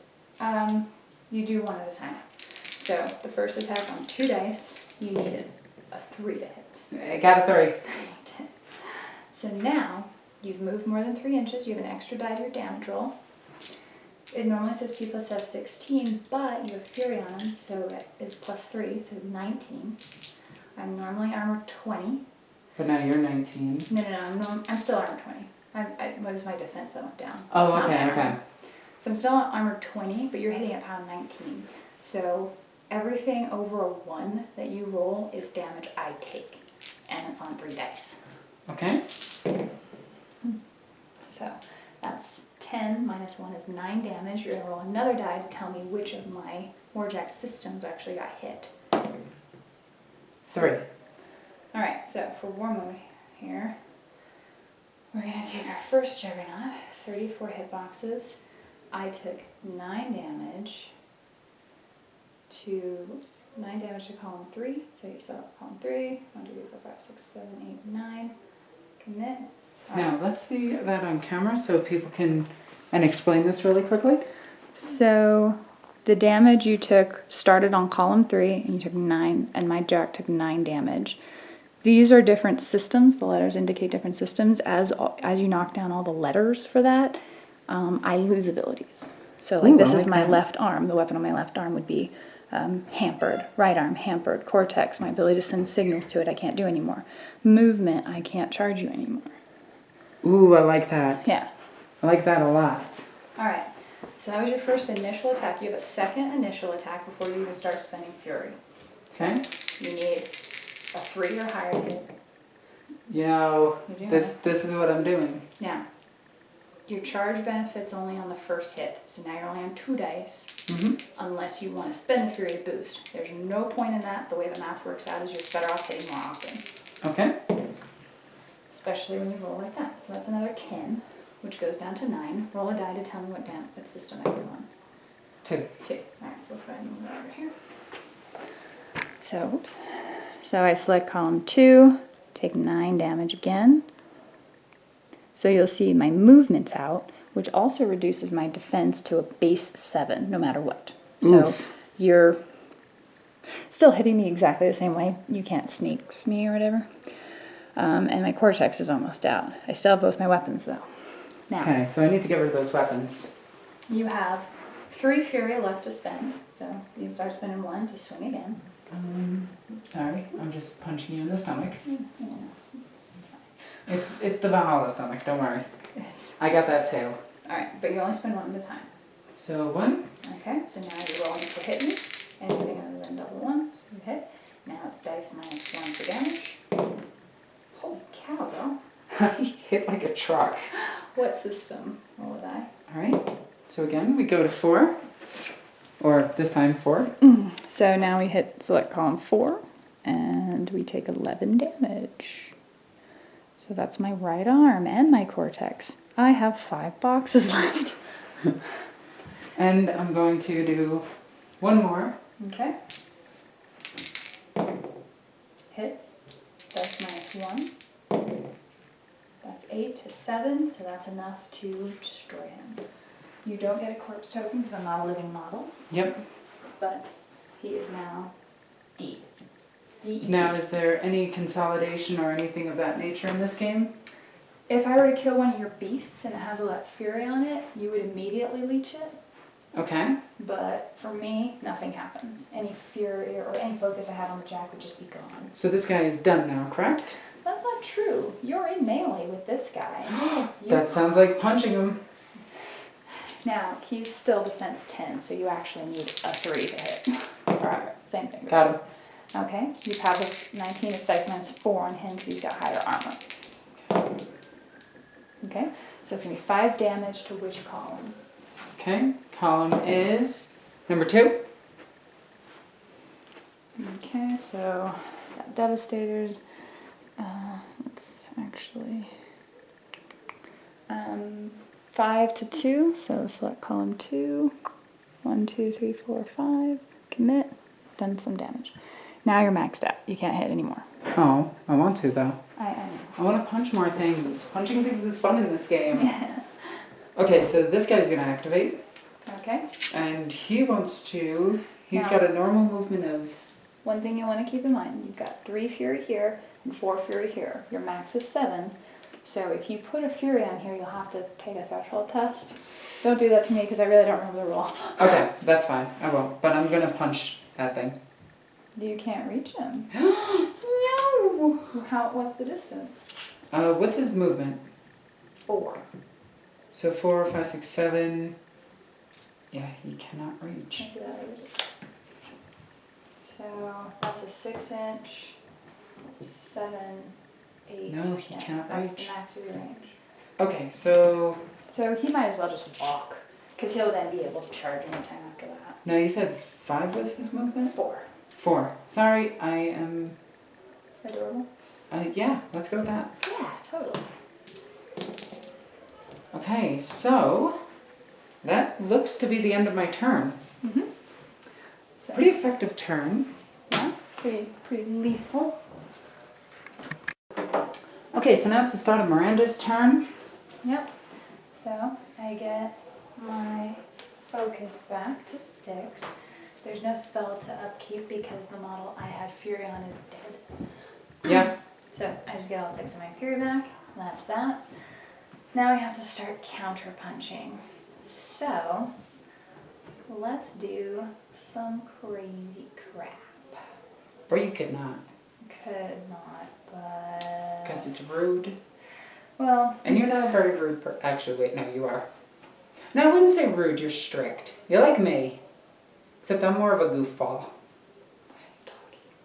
I have no idea anymore. okay. You've got me in an interesting bind with my model there. So, this guy, he's kind of stuck because if I were to move away from you, you would get free attacks on me. Well, I do like free attacks, so. I'm less of a fan, but we can give it a shot. So, we're gonna see what happens there to show off that ability. I will upkeep Chosen Ground, so I can't get knocked down. The other thing, Chosen Ground, I probably haven't been using it for. Okay. Pathfinder. No, I don't care about that. Alright, and then Unyielding. So keep in mind, everybody that's watching this is my first time ever playing this game, and Miranda is going very easy because this is just a learner's game. Everybody's got reach. Miranda's actually very good at this game, and you should check out her channel, Wargamer Girl. Link will be in the description down below. She is also the hostess of Valhalla in the Fall, which is here in Utah in the beautiful mountains. It's pretty impressive. It is really impressive. The fact that we just walked around and ran into moose. I know, it's pretty right. That was insane. I was not expecting that. Alright, well, I think I'm going to be stuck with what I do here. So, Kozlo's going to activate. He's going to walk up, actually. You can cast spells anytime you feel like it, FYI. As long as it's not in the middle of moving. We'll probably do something more like that. Give myself a little protection. He's within 4. I'm going to spend 2 to put Fury on the Warjack. So Kozlov is hidden behind the house right there. Oh, right, he powered up. I'm going to pretend I've already put my 2 focus on there. So that leaves Kozlov with 1 focus. Super dangerous. But there's Fury on my Warjack now. So... Got it. Your Dreadnought has Fury. Because he's a Blood Angel. He's also going to go ahead and Feat. So that's his once per game ability. So models, friendly faction models in range gain +2 speed and unyielding. So I get +2 armor against melee damage rolls for the round. Okay. So he's done. He doesn't have anything to shoot. He's just gonna. Can I use my feats on your turn? You can maybe if the Arcana. I forgot to even go over the Arcana with you. It can be in response to things sometimes.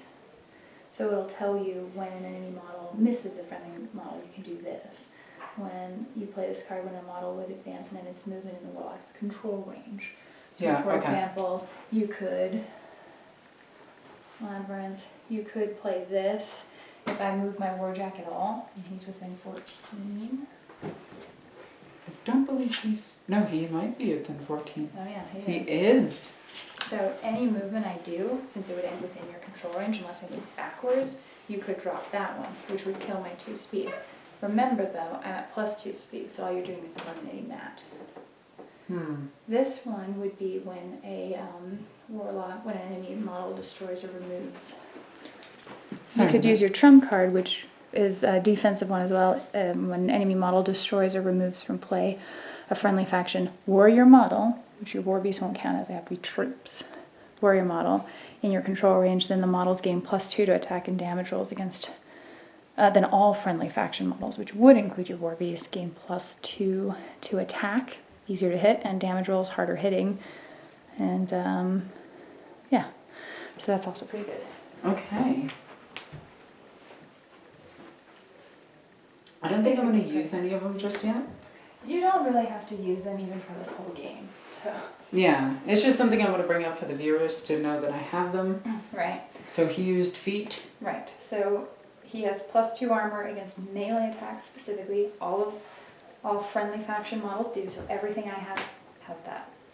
And then +2 speed, so I can move a little faster. So like this guy, instead of speed 4, is now speed 6. Oof. Yeah. So he can run 12 then. He could run 12. He could charge 9. Oh, they're kind of in the way. Mm-hmm. I don't like that. Don't do that. I'm not going for you. No, don't do that. That's rude. All right. Since I'm scared of him, because I should be, Yeah, he's a Shinigami. I'm going to maneuver this Warjack to stay within 2 inches of you, so you can't get a free strike on me, and get within 1 inch of him, which is what I need to hit. Okay? All right. Now, the way my Warjack works is he has a lot of armor until he opens up to attack. So imagine he's just sort of buttoned up, Yeah, but he's he has to a- open it to swing. Okay. There's like that one Gundam. I can't remember its name, but one of my fans will actually write that down in the comments section down below. They know the exact Gundam from the exact show, and they know the exact year that it came out. And if you don't know that, I'm going to be very upset. And if you do know that, and you're the first person to comment that, I'm going to give you a heart.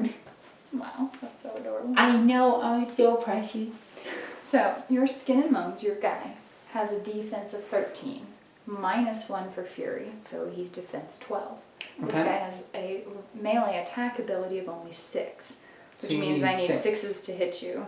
Okay. I'm not a huge fan of that, but it looks like it's what I'm stuck with. So, we're going to start attacking. I have exactly 2 attacks plus the 3 here. Oh, that's a lot. That's 4 attacks. That's 5 attacks. I can do basic math. Shoot your face. You got 6. Warbeasts generally always hit more often. Alright, Makes sense. first attack, needing a 6. It really doesn't make sense. Anyway, that's a 7, so that hits. It makes sense. They can move faster. It's not a charge, but I'm P+S 19. Now, your armor isn't as amazing as mine. You are only armor 16. If you had corpse tokens on it, it would add to your armor, but you're only defense 16. Okay. I'm hitting you at power strength 19, which means that whatever I roll, I actually add 3 to. Oh, geez. Okay. Right. So, oops. So let's see here. So here I've hit. So now I don't have a charge bonus because all I do is walk into you. Mm-hmm. So on 2 dice, dice plus 3. And that's how I roll. So 1 and 1 and 3 is 5. 5 damage. To spiral 4. Okay, so let's see how this works over here. So we're gonna put some damage on you. 1, 2, 3, 4, 5. Oops. Let me actually do it correctly. You hit the spiral first. Spiral 4. 1, 2, 3, 4, 5. Commit. Once all the spirals are out, you take certain penalties to what you can do, but you never lose your defense. All right. Like I do. That sort of makes sense. Okay. I'll try to figure out that system in a more detailed manner soon. Second initial attack, needing a 6. Getting it with a That's a 7. Dice plus 3. That's 5 plus 3 is 8. 2 columns 6, to spiral 6. So 6, 1, 2, 3, 4, 5, 6, 7, 8. Okay. Oh, my guy's hurt. now I actually spend my fury, so I spend it off of mine. You gain it on yours. Okay. So I'm buying an attack, needing a 6. That's a Getting a 5. 5. So buy another attack, needing a 6. That's Getting a 6. Dice plus 3. This is 9, 10, 11, 12. 12 damage. There we go. Ugh. To column 3. Or spiral 3. Okay. So what did I say? 12. So 3. 1, 2, 3, 4, 5, 6, 7, 8, 9, 10, 11, 12. Commit. Now you're hurting. But Yeah. I only have 1 focus. Spend that. Last attack. Need a 6. Got it. Getting a 6. Dice Plus plus 3. You can't survive it. 3. Yep, so he is dead. He's dead. Yeah. Now, he's dead. You immediately read that fury back onto you. So this That's all the- goes back to him. Yeah, just actually go ahead and put it on you as colored stuff because as far as I can tell, you can't actually use it right away. There you go. So now it's on you. He's dead. He's not a threat to my guy anymore. Oh. I'm done. He can't do any more. But he's now only armor 19 because he's opened up. If he goes around without attacking, then he gets his armor back. Okay, so 2 deads. I don't like that sort of thing. That was rude. That's a little bit. You mean person. I'm just gonna move my my doggy up over here. I like this guy. He looked like a Shinigami. He's cool. He's a really awesome looking model. He is, and you did an amazing paint job on this. Well, I paid somebody for an amazing paint job on it. Regardless, I'm giving you the credit for it. Alright, so this Warjack has his regular power-upped focus. Nothing special there. I need to do something with my Winter Guard. There's not much of them left. These guys are engaged and aren't going to do well to move out of that. Oh, I'm so proud of them. And I'm sort of stuck with you too. So he's just going to move in. Because No, he's stuck. you moved within... I was always engaged Okay, with you. okay, just trying to make sure. Yeah, totally. Oh, you're engaged to a puppers? That's weird. I don't know if I can support that. Well, you're just not very open-minded. That's... Wait. Alright, he's not engaged because I'm in his back arc. Yep. So even though I'm next to him, he's not actually engaged. This one can shoot. Now, everything's terrible for me, and I should have moved him first, but I didn't. So Do you he want to actually- move the one guy over to get the Warjack in? Yeah, that's why he moved, so that's what he's doing. So these guys are just going to position to kind of try to shoot you as much as possible. And the rest of them will melee with you. So shooting, you generally, you do all your shooting, then you do all your melee. This guy, oh gosh, he's just sort of stuck there, isn't he? He's stuck with a tree. He is. I'm just imagining this is the tree scene from, Evil Dead? Yep. Wow, you are messed up. What? The tree rape is best rape. Okay, so. Anyway. Oh, you have my leader, actually. So, that puts me out of formation. Because I'm leadership. Leadership is sort of like coherency from what I Actually, can it's imagine. within the Winter Guard, the standard bearer. So he is out of formation. So he can't move unless it's to get closer. And she has a radius of 7, 8, 9. He actually is in formation. So he can stay exactly where he is. Alright, the rest of these people are going to be shooting. So he is going to shoot here.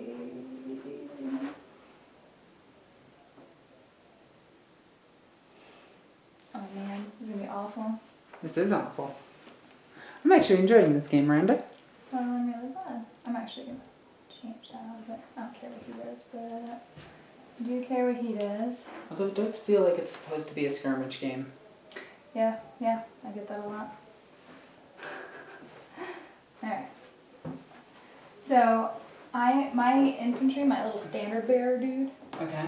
has a special ability.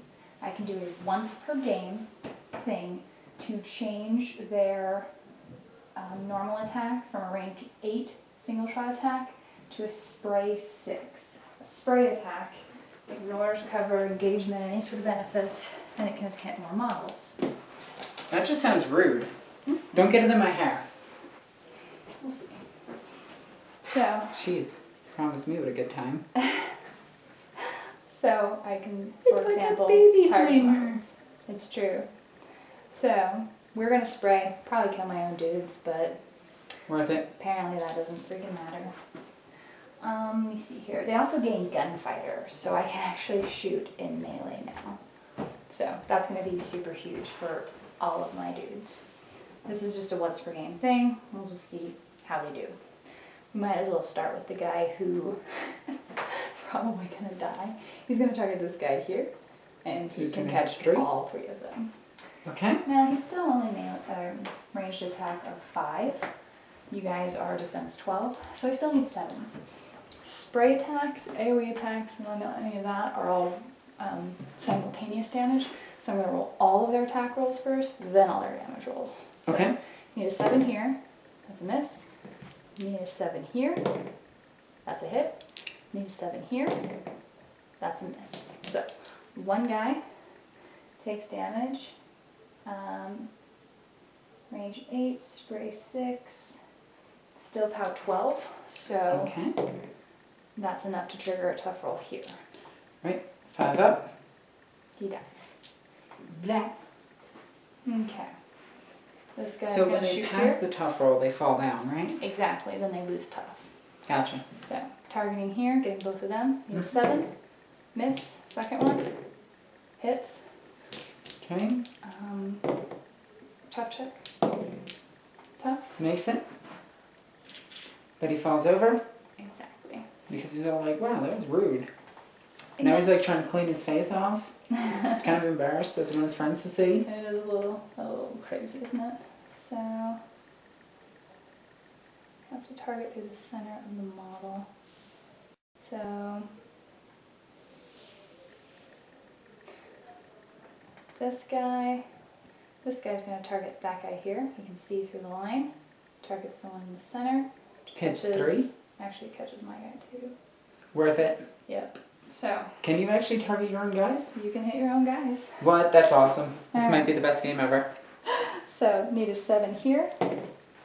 Miss. No? Need a 7 here. Hits. Need a 7 here.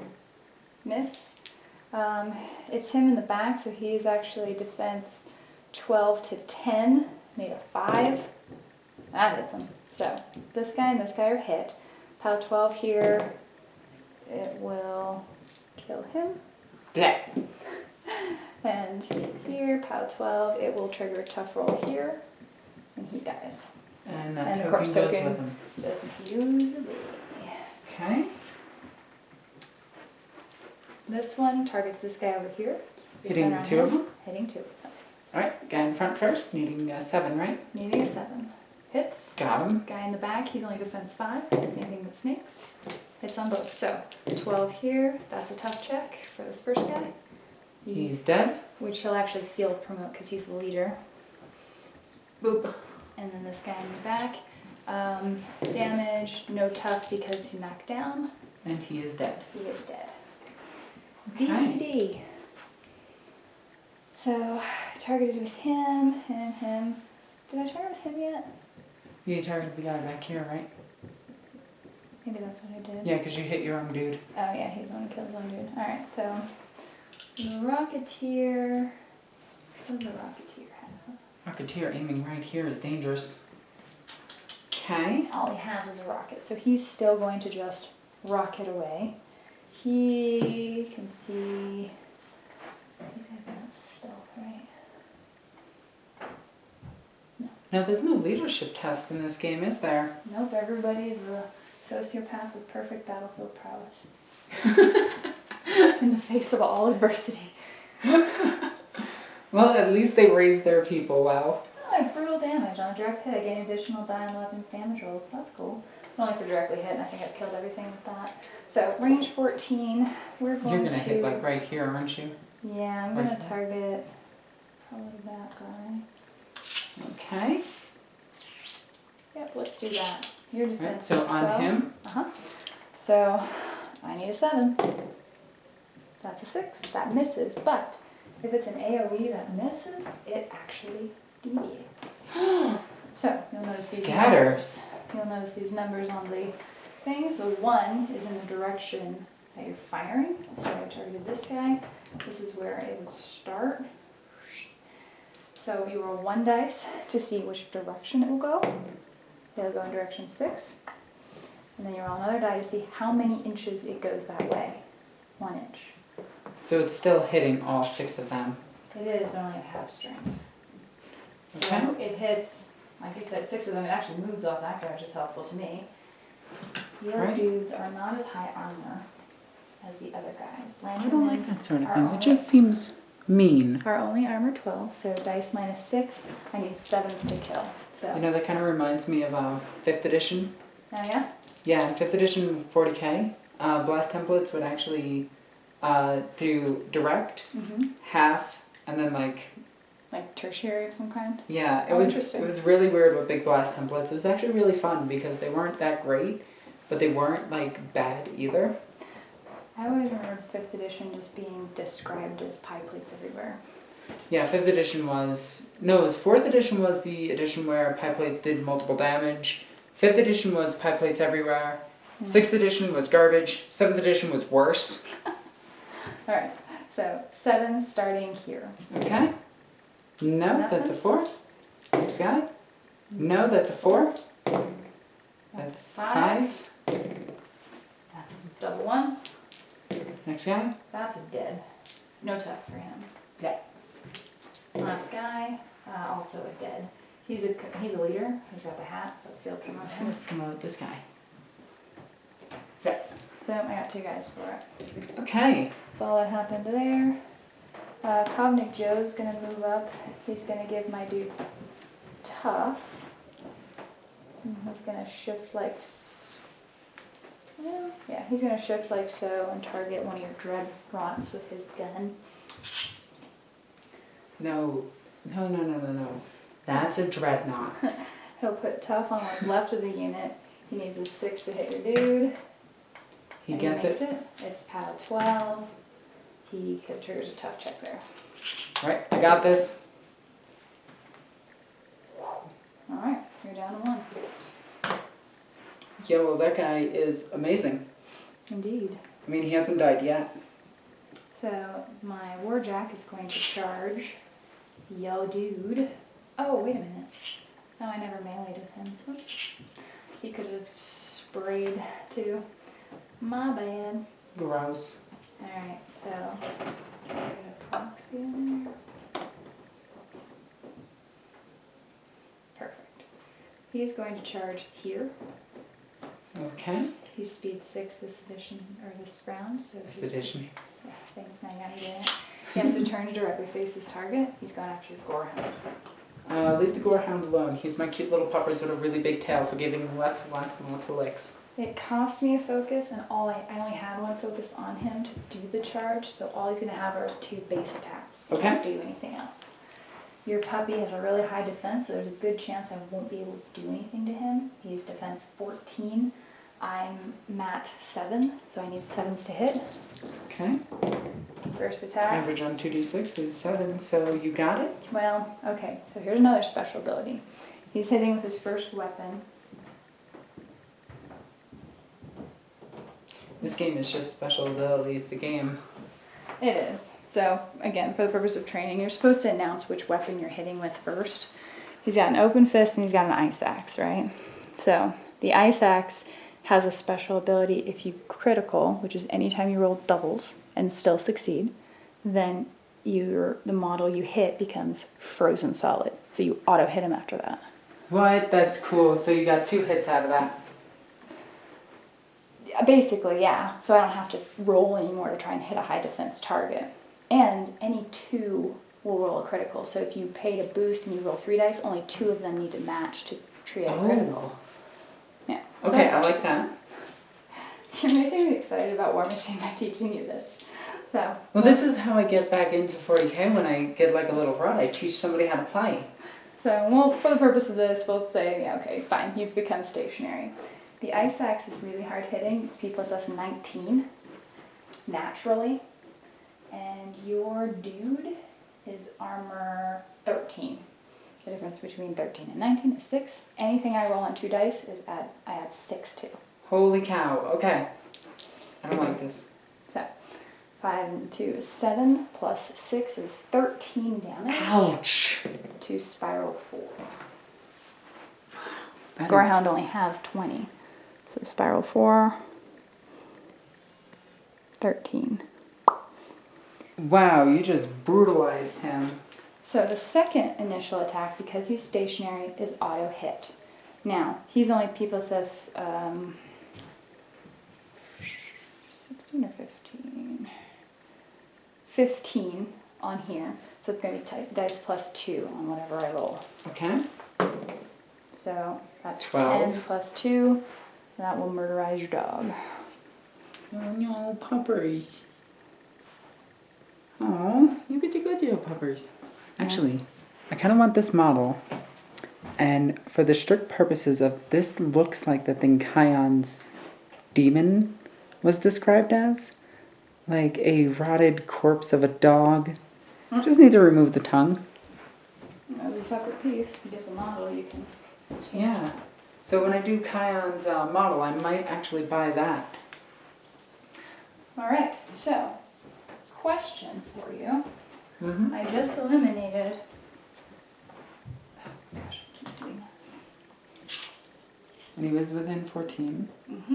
So if you wanted to drop your Arcana, so that in response, you get +2 for attack and damage rolls.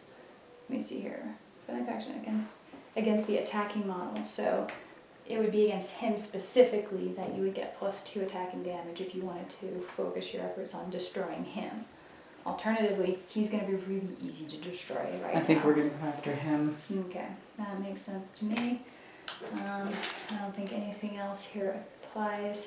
You could give me the movement penalty, but I think I'll give that to you on my turn. Oh no, your turn. Okay, so was that the end of your turn? I'm done. Okay. Feat is in play though, so I do have unyielding, which means I have +2 armor against any melee attacks. I'm not shooting. Currently, Oh, and I gain all of this back. right, you reroll, you'll leech all that back. Currently, these guys are engaged by me because he has a 1-inch melee. Apparate ignores any sort of attacks of opportunity or free strikes. So if you apparate 2 inches back, you'd be out of any range of him. And you could still move and shoot, or you don't have to move and you can aim and you'll be more accurate. Ooh. Okay, I like all of that. So what I'm going to do first is, I think I'm going to use him first. Okay. So I do want to, it was spend 2 to put Fury on him. Yes, ma'am. Okay, we'll spend 2. Put a Fury token on him. Okay. Then I have movement. So we're going to go ahead. Can you pass me one of the thingamajigs? Whatever you want. Okay, we're going to go ahead and move him 3 inches. Right? And then, keep saying and then, we are within, now we're going to have to move him slightly over, just so we can draw a line of sight here. Just be enough I get to the edge here. Alright, we'll call it good. So you want to try Gallows? Yeah, I'm going to try some of these spells and abilities. So, how do I do that? Alright, so Gallows is going to be an offensive magic ability. So I might be able to just draw a line of sight today. No. Well, Gallows, anytime you push a model, it's stopped if it bumps into any other base. So you want something that's out in the open when you want, if you're looking to pull it towards you. Oh no, I just meant shooting it. Oh, shooting it with what? There's a couple of offensive ones, aren't there? You do. You have Hex Blast, which will knock the Fury off of me, the Fury spell off of me. But you don't really want that at the moment because my The Fury defense makes him is down. weaker. It makes his defense weaker. That said, he's only defense 10 anyway, so maybe you do. Because if he does survive the round, then he's going to still hit pretty hard. I doubt he's going to survive a round, but that's just a decision you have to make. So yeah, you have 2 offensive abilities. One is Gallows, which is just an offensive POW 13. So is the other one, except the other one's an AoE, which doesn't matter in that case. They're both the same cost. They're going to cost you 3. One gives you the option to pull D6 toward you, and one just knocks off the ability. I don't think pulling these. I'm gonna knock off the ability. Okay, so Hex Blast at me. So it's going to be based on your Fury, which is Fury 7. That's your skill level of it. Mm-hmm. Against my defense 9. Anything but snakes. Oh, however, I am engaged. That is going to add 4 to my defense. So I would go to defense 13 from your 7. You would need a 6 to hit me. Worth it. If you don't, you might hit your own guy. 6. Okay. So that's P.O.Box says 13. I'm armor 19, so the difference is 6. So You have a 6. minus 6. You can choose to spend Fury to boost that if you want. Or just get it. Oh no, that's how much damage you do. Oh, okay. So you can. So you're right now. You want as much of a high number as possible, or just see what you're gonna do with him. Do you have any? Gosh, you're really just not going to be getting attacked. Don't worry about it. If you want, you can spend 1. I'm gonna spend it. You can only spend 1. Oh. You can only boost once. So add 1 die. Just throw an extra die on there. Okay. All right. So it's dice minus 6. So 5 and 10. So 4 damage to me is what you've done, and you've knocked this off. 4 damage. Roll a die to tell me where you took the damage. Took it to 5.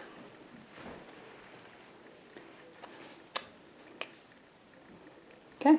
Alrighty. So he's taking some decent amount of damage. Mm-hmm. Now the next one is this guy is going to hit this guy in the face. All right. That's actually kind of how I imagined him running, by the way. Fairly accurate. Is it a charge? Yes. All right. So the cost of fury is he generates a fury for doing it. The Cage Rager has fury on it. He has 2 gibbets that he attacks with. Oh my god. P.O.Box says 17 plus 3 for fury.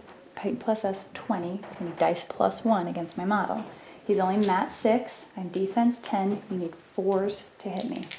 Okay, so the first attack. How many attacks do I get again? 4? Well, you'll get 2 gibbets. So those 2 attacks are free. And then however much fury you have left, you can spend on attacks. Okay, so needing greater than 4. You hit. That's 1.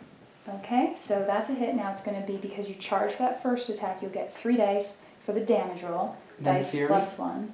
Well, fury. No. Fury just is adding to the strength of your number, not the number of dice. Whoa. Alright, I'll just roll like a champion. That is 18 damage. That's the second time I rolled 18 damage, by the way. Because it's dice plus 1. Roll another 1 to tell me which column is hit. 1. To 1. Okay, that's actually really good. So, he's got 32 boxes. We take 1, and we add 18 damage. All right, what do we got here? So now we're going on to a second attack for free. Yep, second attack for free. Need a 6. Gets it. Okay, now only 2 dice for the damage roll. Dice plus 1, so 5, 6, 7, 8. To which column? Column number 2. 2, 5, 6, 7, 8. Commit. Okay. His movement's out, so now he's only defense 7, so you hit on anything other than snake eyes. Okay, so I'm going to add 1. Okay. Do another attack. Hits. Damage, dice plus 1. Okay, 7, 8 damage to which column? And that is column number 2. 1, Really 2, 3, good at 4, 5, hitting 6, that column. 8. Commit. My cortex is out. I can't feed focus to him anymore. And then I get 1 more, right? He's Fury. He's Fury 4. He only has 2 focus on him. So you could hit twice more. Okay. So that's a hit. Dice plus 1, I believe. Mm-hmm. So 6, 7 damage to which column? That is going to be column number 1. 1. 7, right? Mm-hmm. Okay, he has And 2 then- boxes left. The final one. Hits. Okay. Dice +1 is just enough to knock him. There's plenty to knock him out. So that Warjack is out of action. Okay, then the next one I'm going to activate is Tree. Now, Tree, if it leaves combat, how does that work? Well, it can place, so it can ignore any melee penalties or anything trying to strike it, because it basically just sucks into the ground and grows somewhere else. That is absolutely disgusting. Mm-hmm.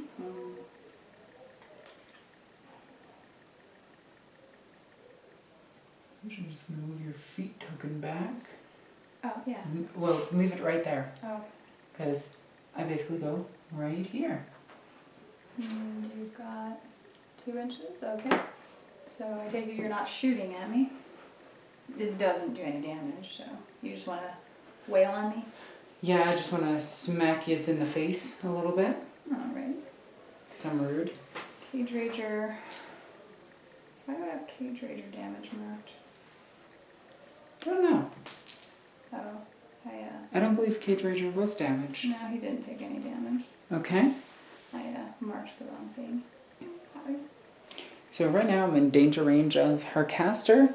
If I kill the caster, I win. Mm-hmm. If you kill mine, you win. Mm.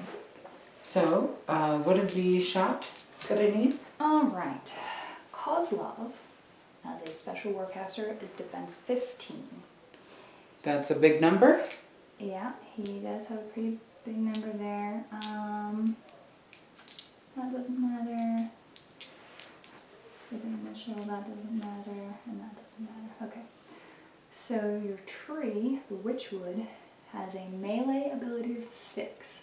The difference between 6 and 15 That's 9. is 9. That's what you will need to hit. 9. We get it. Wow, okay. You hit with power, strength 15. You don't have any special benefits to that. My armor... Did you just say there's not a special rule for it? I know, right? My armor is normally 17. Because of my feet, I'm armor 19.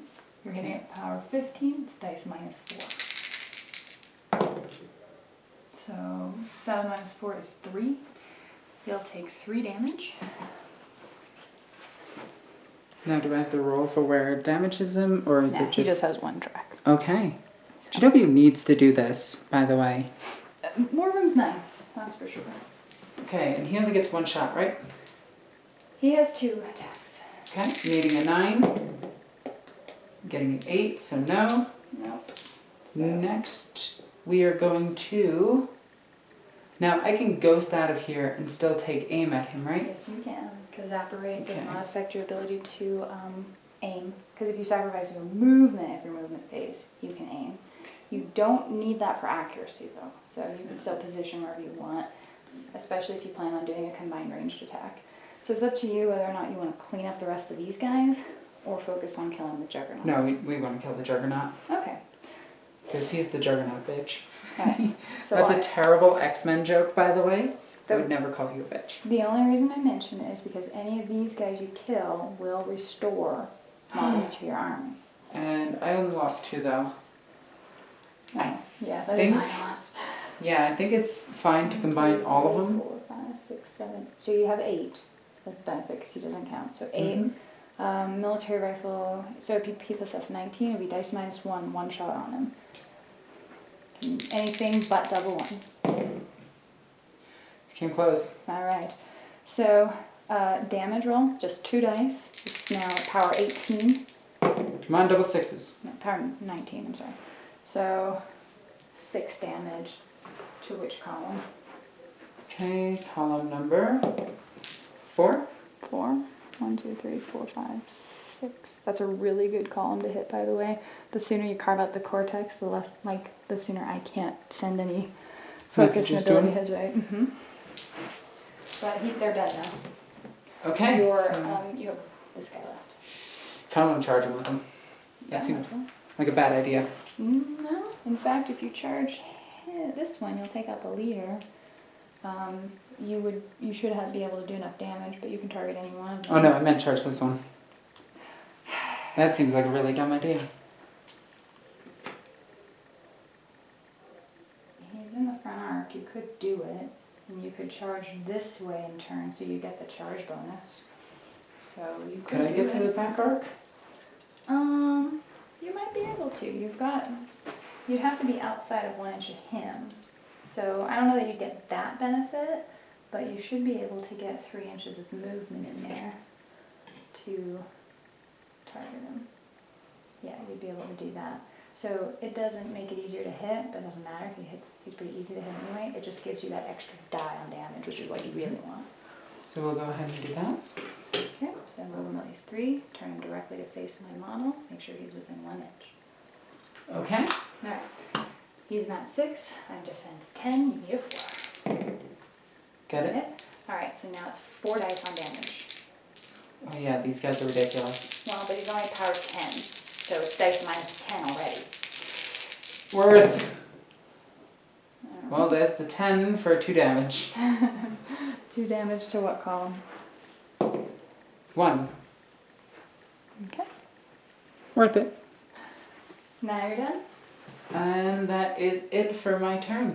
Alright. So Now, I do want to see how much time we've taken with this game. We're on an hour and 20 minutes, so we'll go on one more turn if that's okay with you. Okay, that's fine with me. And you went first? Yes, Or I not? did. I did Okay. go first. Alrighty. Alright, so my Warjack does not have anything else, so he'll still power up with something there. And he's engaged, doesn't care about that. I get my 6 focus back, chosen ground is dropped because I don't care about that. I'm going to have to deal with your tree, which is slightly irritating. And I may have to also deal with your... Safety guy? Safety guy? Safety guy. yes, safety guy. Swings a scythe, cause he's a guy. Exactly. It's a terrible weapon. Yeah. Alright. So he's going to. Does he want to put any focus on the Warjack? I don't think he does. I think he's going to keep all the focus on himself. He'll just have some one Wow, focus what is to he, get me? some actually. Pretty selfish, yeah. Alright, so I know none of these guys are engaged. This guy is also lose tough. You don't know that. Like, some of them might have been. Covenant Joe is going to move up. He's going to give.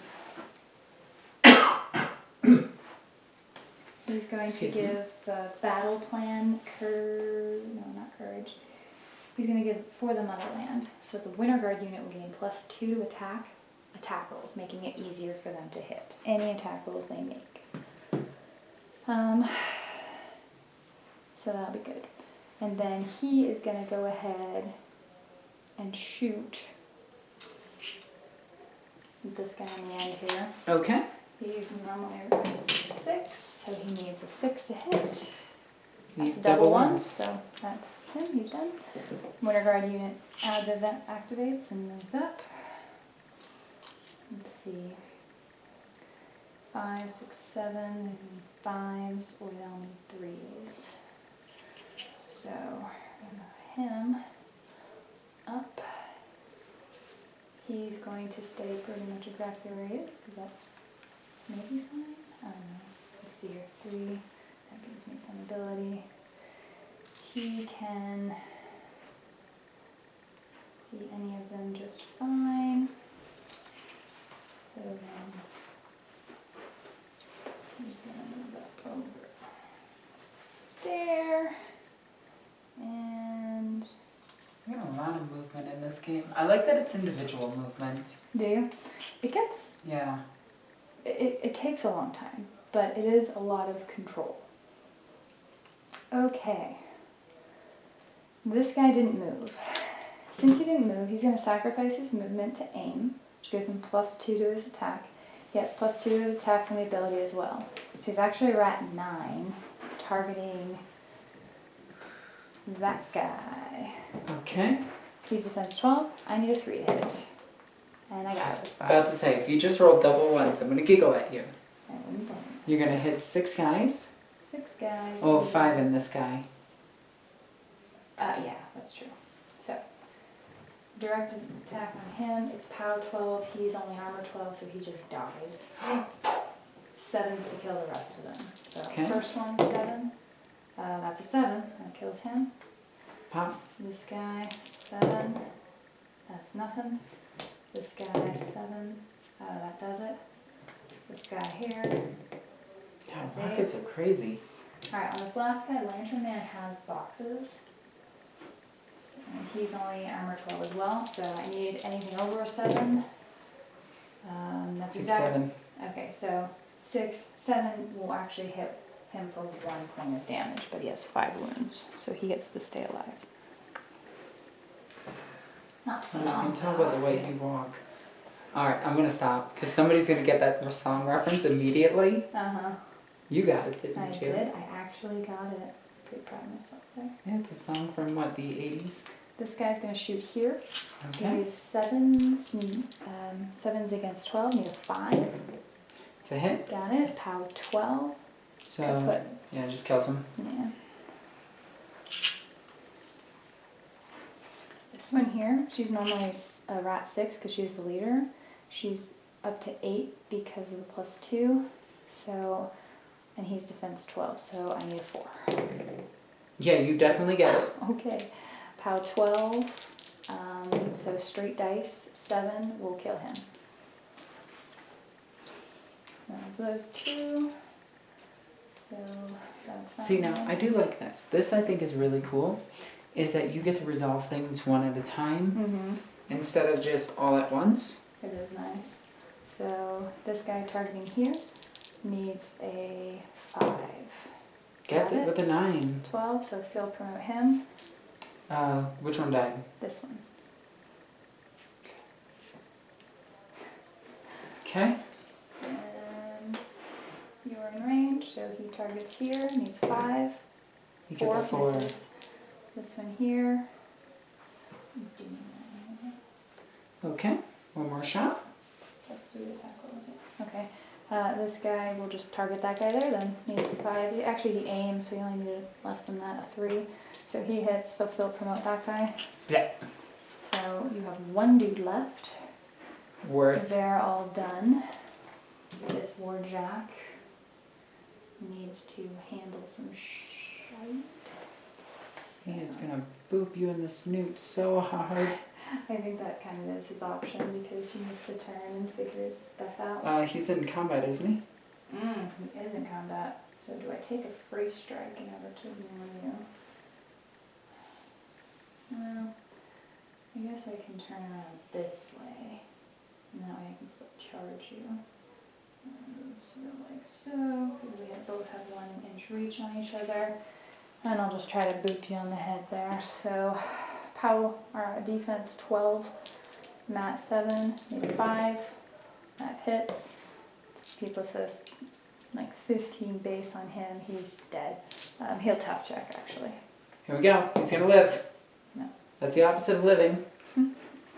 Pretty sure these guys are the opposite of living. Okay. Alright. So Kozlov here is going to charge for funsies. He doesn't have to spend a focus to charge because he's just that cool. Let's watch some cool crap he can do. Well, he does have an axe, and that is a tree. Yeah, most of my guys have a lot of Viking-like qualities too. Some are Soviet Vikings. I don't know, that's what he looks like. Let's show that to the camera real quick. This is who's attacking the tree. He's gonna show that tree what for. He is gonna beat the crap out of that tree. It is. Okay. Alright.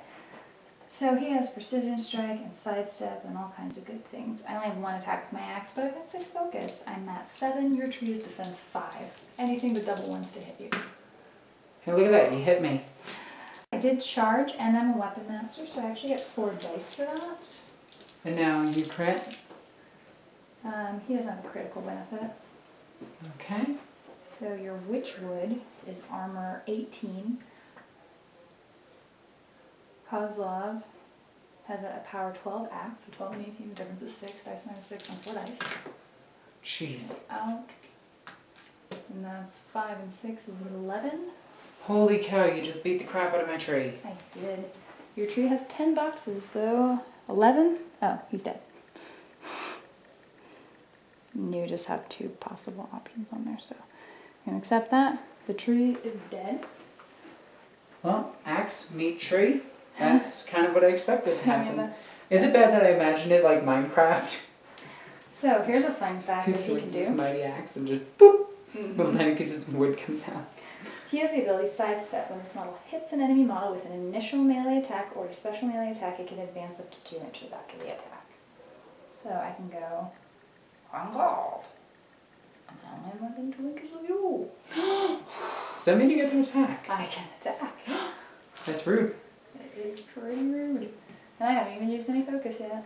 Uh-oh. Hey, leave this guy alone. He's just like carrying home groceries. It is unlikely I will be able to harm you. But, I don't know. so, I'm gonna buy an attack to hit you. Cage Rager is armor 19. So he's So- 18 with Fury? Or am I getting that wrong? Fury. No, the armor stays the same. The defense is defense Okay. armor. So his defense is down. It's only 9. I hit you on anything but double ones, basically. Okay. But I'm toothless as 12. It's dice minus 7 every time I try to hit you. So, boop, boop, boop. No, I think it's possible to kill him. Dice minus 7. Well, I could put 2 Fury on me to get dice minus 3 instead. Fury on myself. Yeah. So, before we do that, we'll spend 2. Because I'm just gonna, let's just see what Yeah. happens, right? So 2, Fury's gonna go on him. So now he's Peoples has 15, dice minus 4. I've spent the 1 Fury to attack. Ah, anything but double ones. So hit. Hit. I am a weapon master anyway. Dice minus 4 on 3 dice. There you go. So 9 minus 4 is 5 damage to column 4. Okay. Was that 5 I said? And that's the first attack in. So he's taking a chunk of damage Another at the time. thing. Hitting on everything but double ones. That's a hit. 3 dice for damage. Minus 4. So 5 and 7 damage to column 6. I do like this. I like that weapon systems get damaged and everything. 7? Yeah. It's pretty cool. Alright. Buying an attack again. Double hits. Dice minus 4. That's less impressive. That's only 5 damage to column 4. Okay. 5 damage. Okay, so there's that. And then I'm down to my last. Sorry. Last attack. Hits him. Barely. And Minus 4. And that is 8. 8 more damage to column number 6.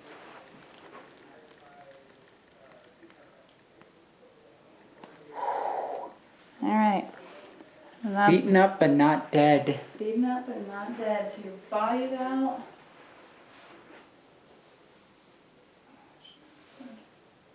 And your spirit's out.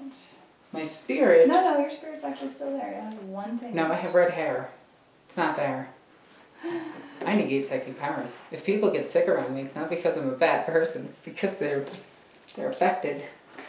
And then the dog is going to come around And attack it.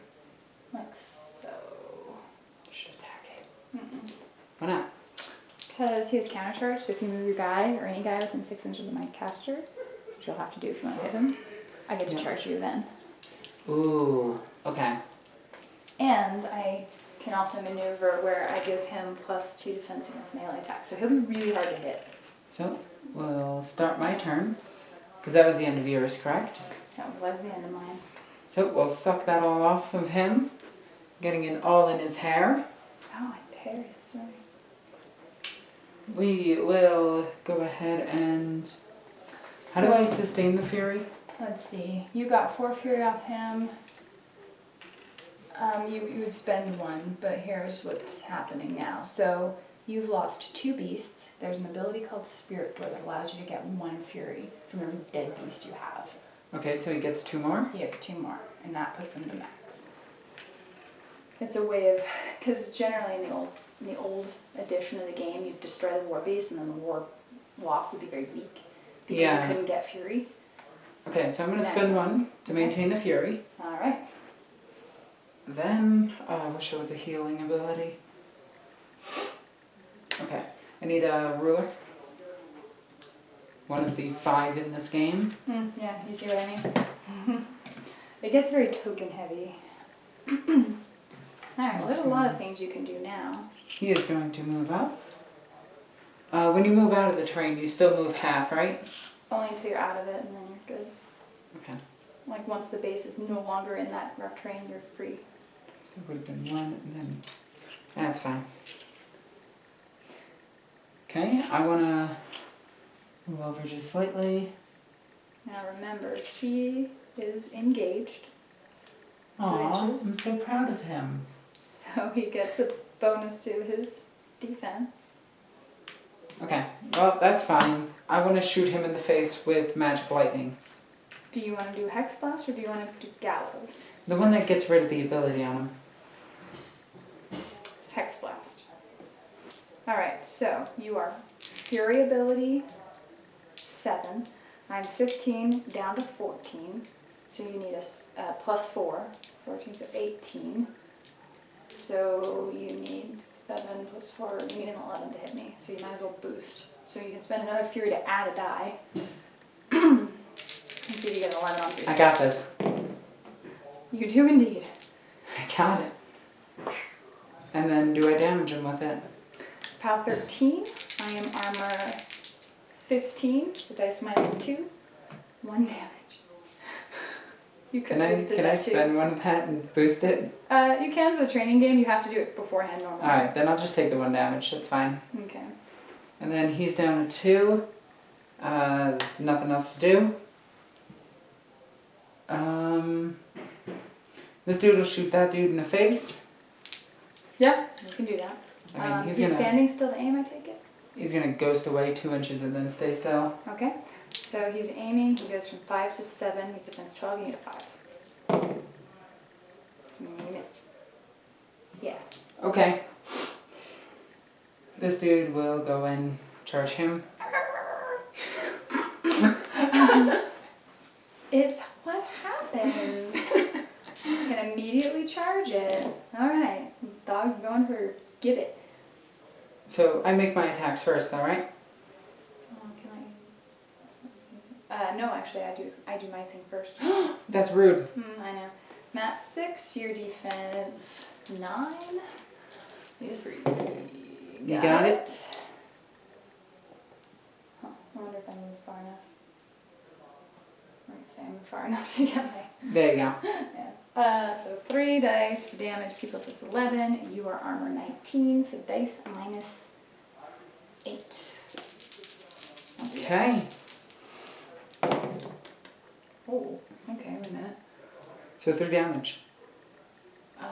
Dice minus 8, yeah, 3 damage. To column 5.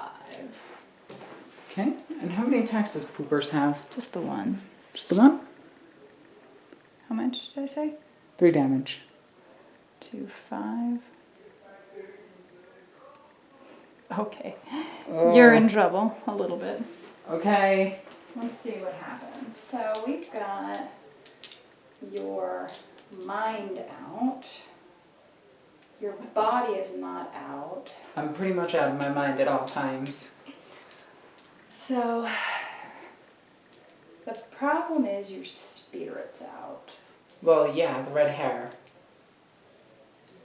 Which means I don't think you can spend fear. Oh no. I don't like not being able to spend stuff on more attacks. I know. Then, where's the rule book? Spirit aspects. Boop, boop, boop, boop, boop. Spirit bonds. Well, I'm gonna roll stuff. Okay. That is not I'm enough. not gonna hit. So we're gonna say that's out. Go ahead with your second initial attack. Okay. Come on, dude guy. An 8 plus 6 is 14. 14. It's actually not enough. Wow. With that, I think I'm going to concede this game. No, you have to keep winning. So, good game. You sure? We could play it out and see if your guy could have killed him. Nah, I don't think he will. Okay, then yeah. Good game. Alright, good game. So, Whoop, 1 second. So, end of the game. I actually had fun. did you? Okay. Yeah. But it did just feel like a skirmish game. It didn't feel like a full-scale war game. This is a low points game. Yeah. So we played 35, which is about the lowest level you can play while still having all aspects of the game. But there's 120 millimeter base models that you can bring multiples of. You can have Those are like the Colossus, right? colossals and gargantuans, and sometimes the warcasters are that big. So, like my warlock, that old witch I showed you, that's a warcaster. Yeah, that thing is crazy. Which is actually pretty So- strong for Grim Cater. I did like the game. I actually really enjoyed the game. I don't think this army's really for me. I like more sadism. You'd like Scorn. Yeah. It's literally all about pain and mortification. So I think I'm gonna go with them. I'm gonna take a look at them, check them out. I think I have 4 of their models. Oh, really? Yeah. Oh. Ooh, interesting. Yeah. Wow. Maybe Egoqueenalexis will be playing Scorn in the future. Maybe. Unlikely. Maybe. I like how I said that to you instead of whispering it to the camera. So, was there anything about it that compared to 40K you thought was particularly better or worse?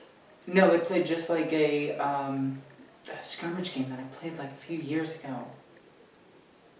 Like, I want to play some more and check out the game more and more. So I'm going to need your help with that. So we're going to need to hang out. Oh, is that what's going to happen? Yeah, you're just going to have to be friends. Okay. This is how friendship happens.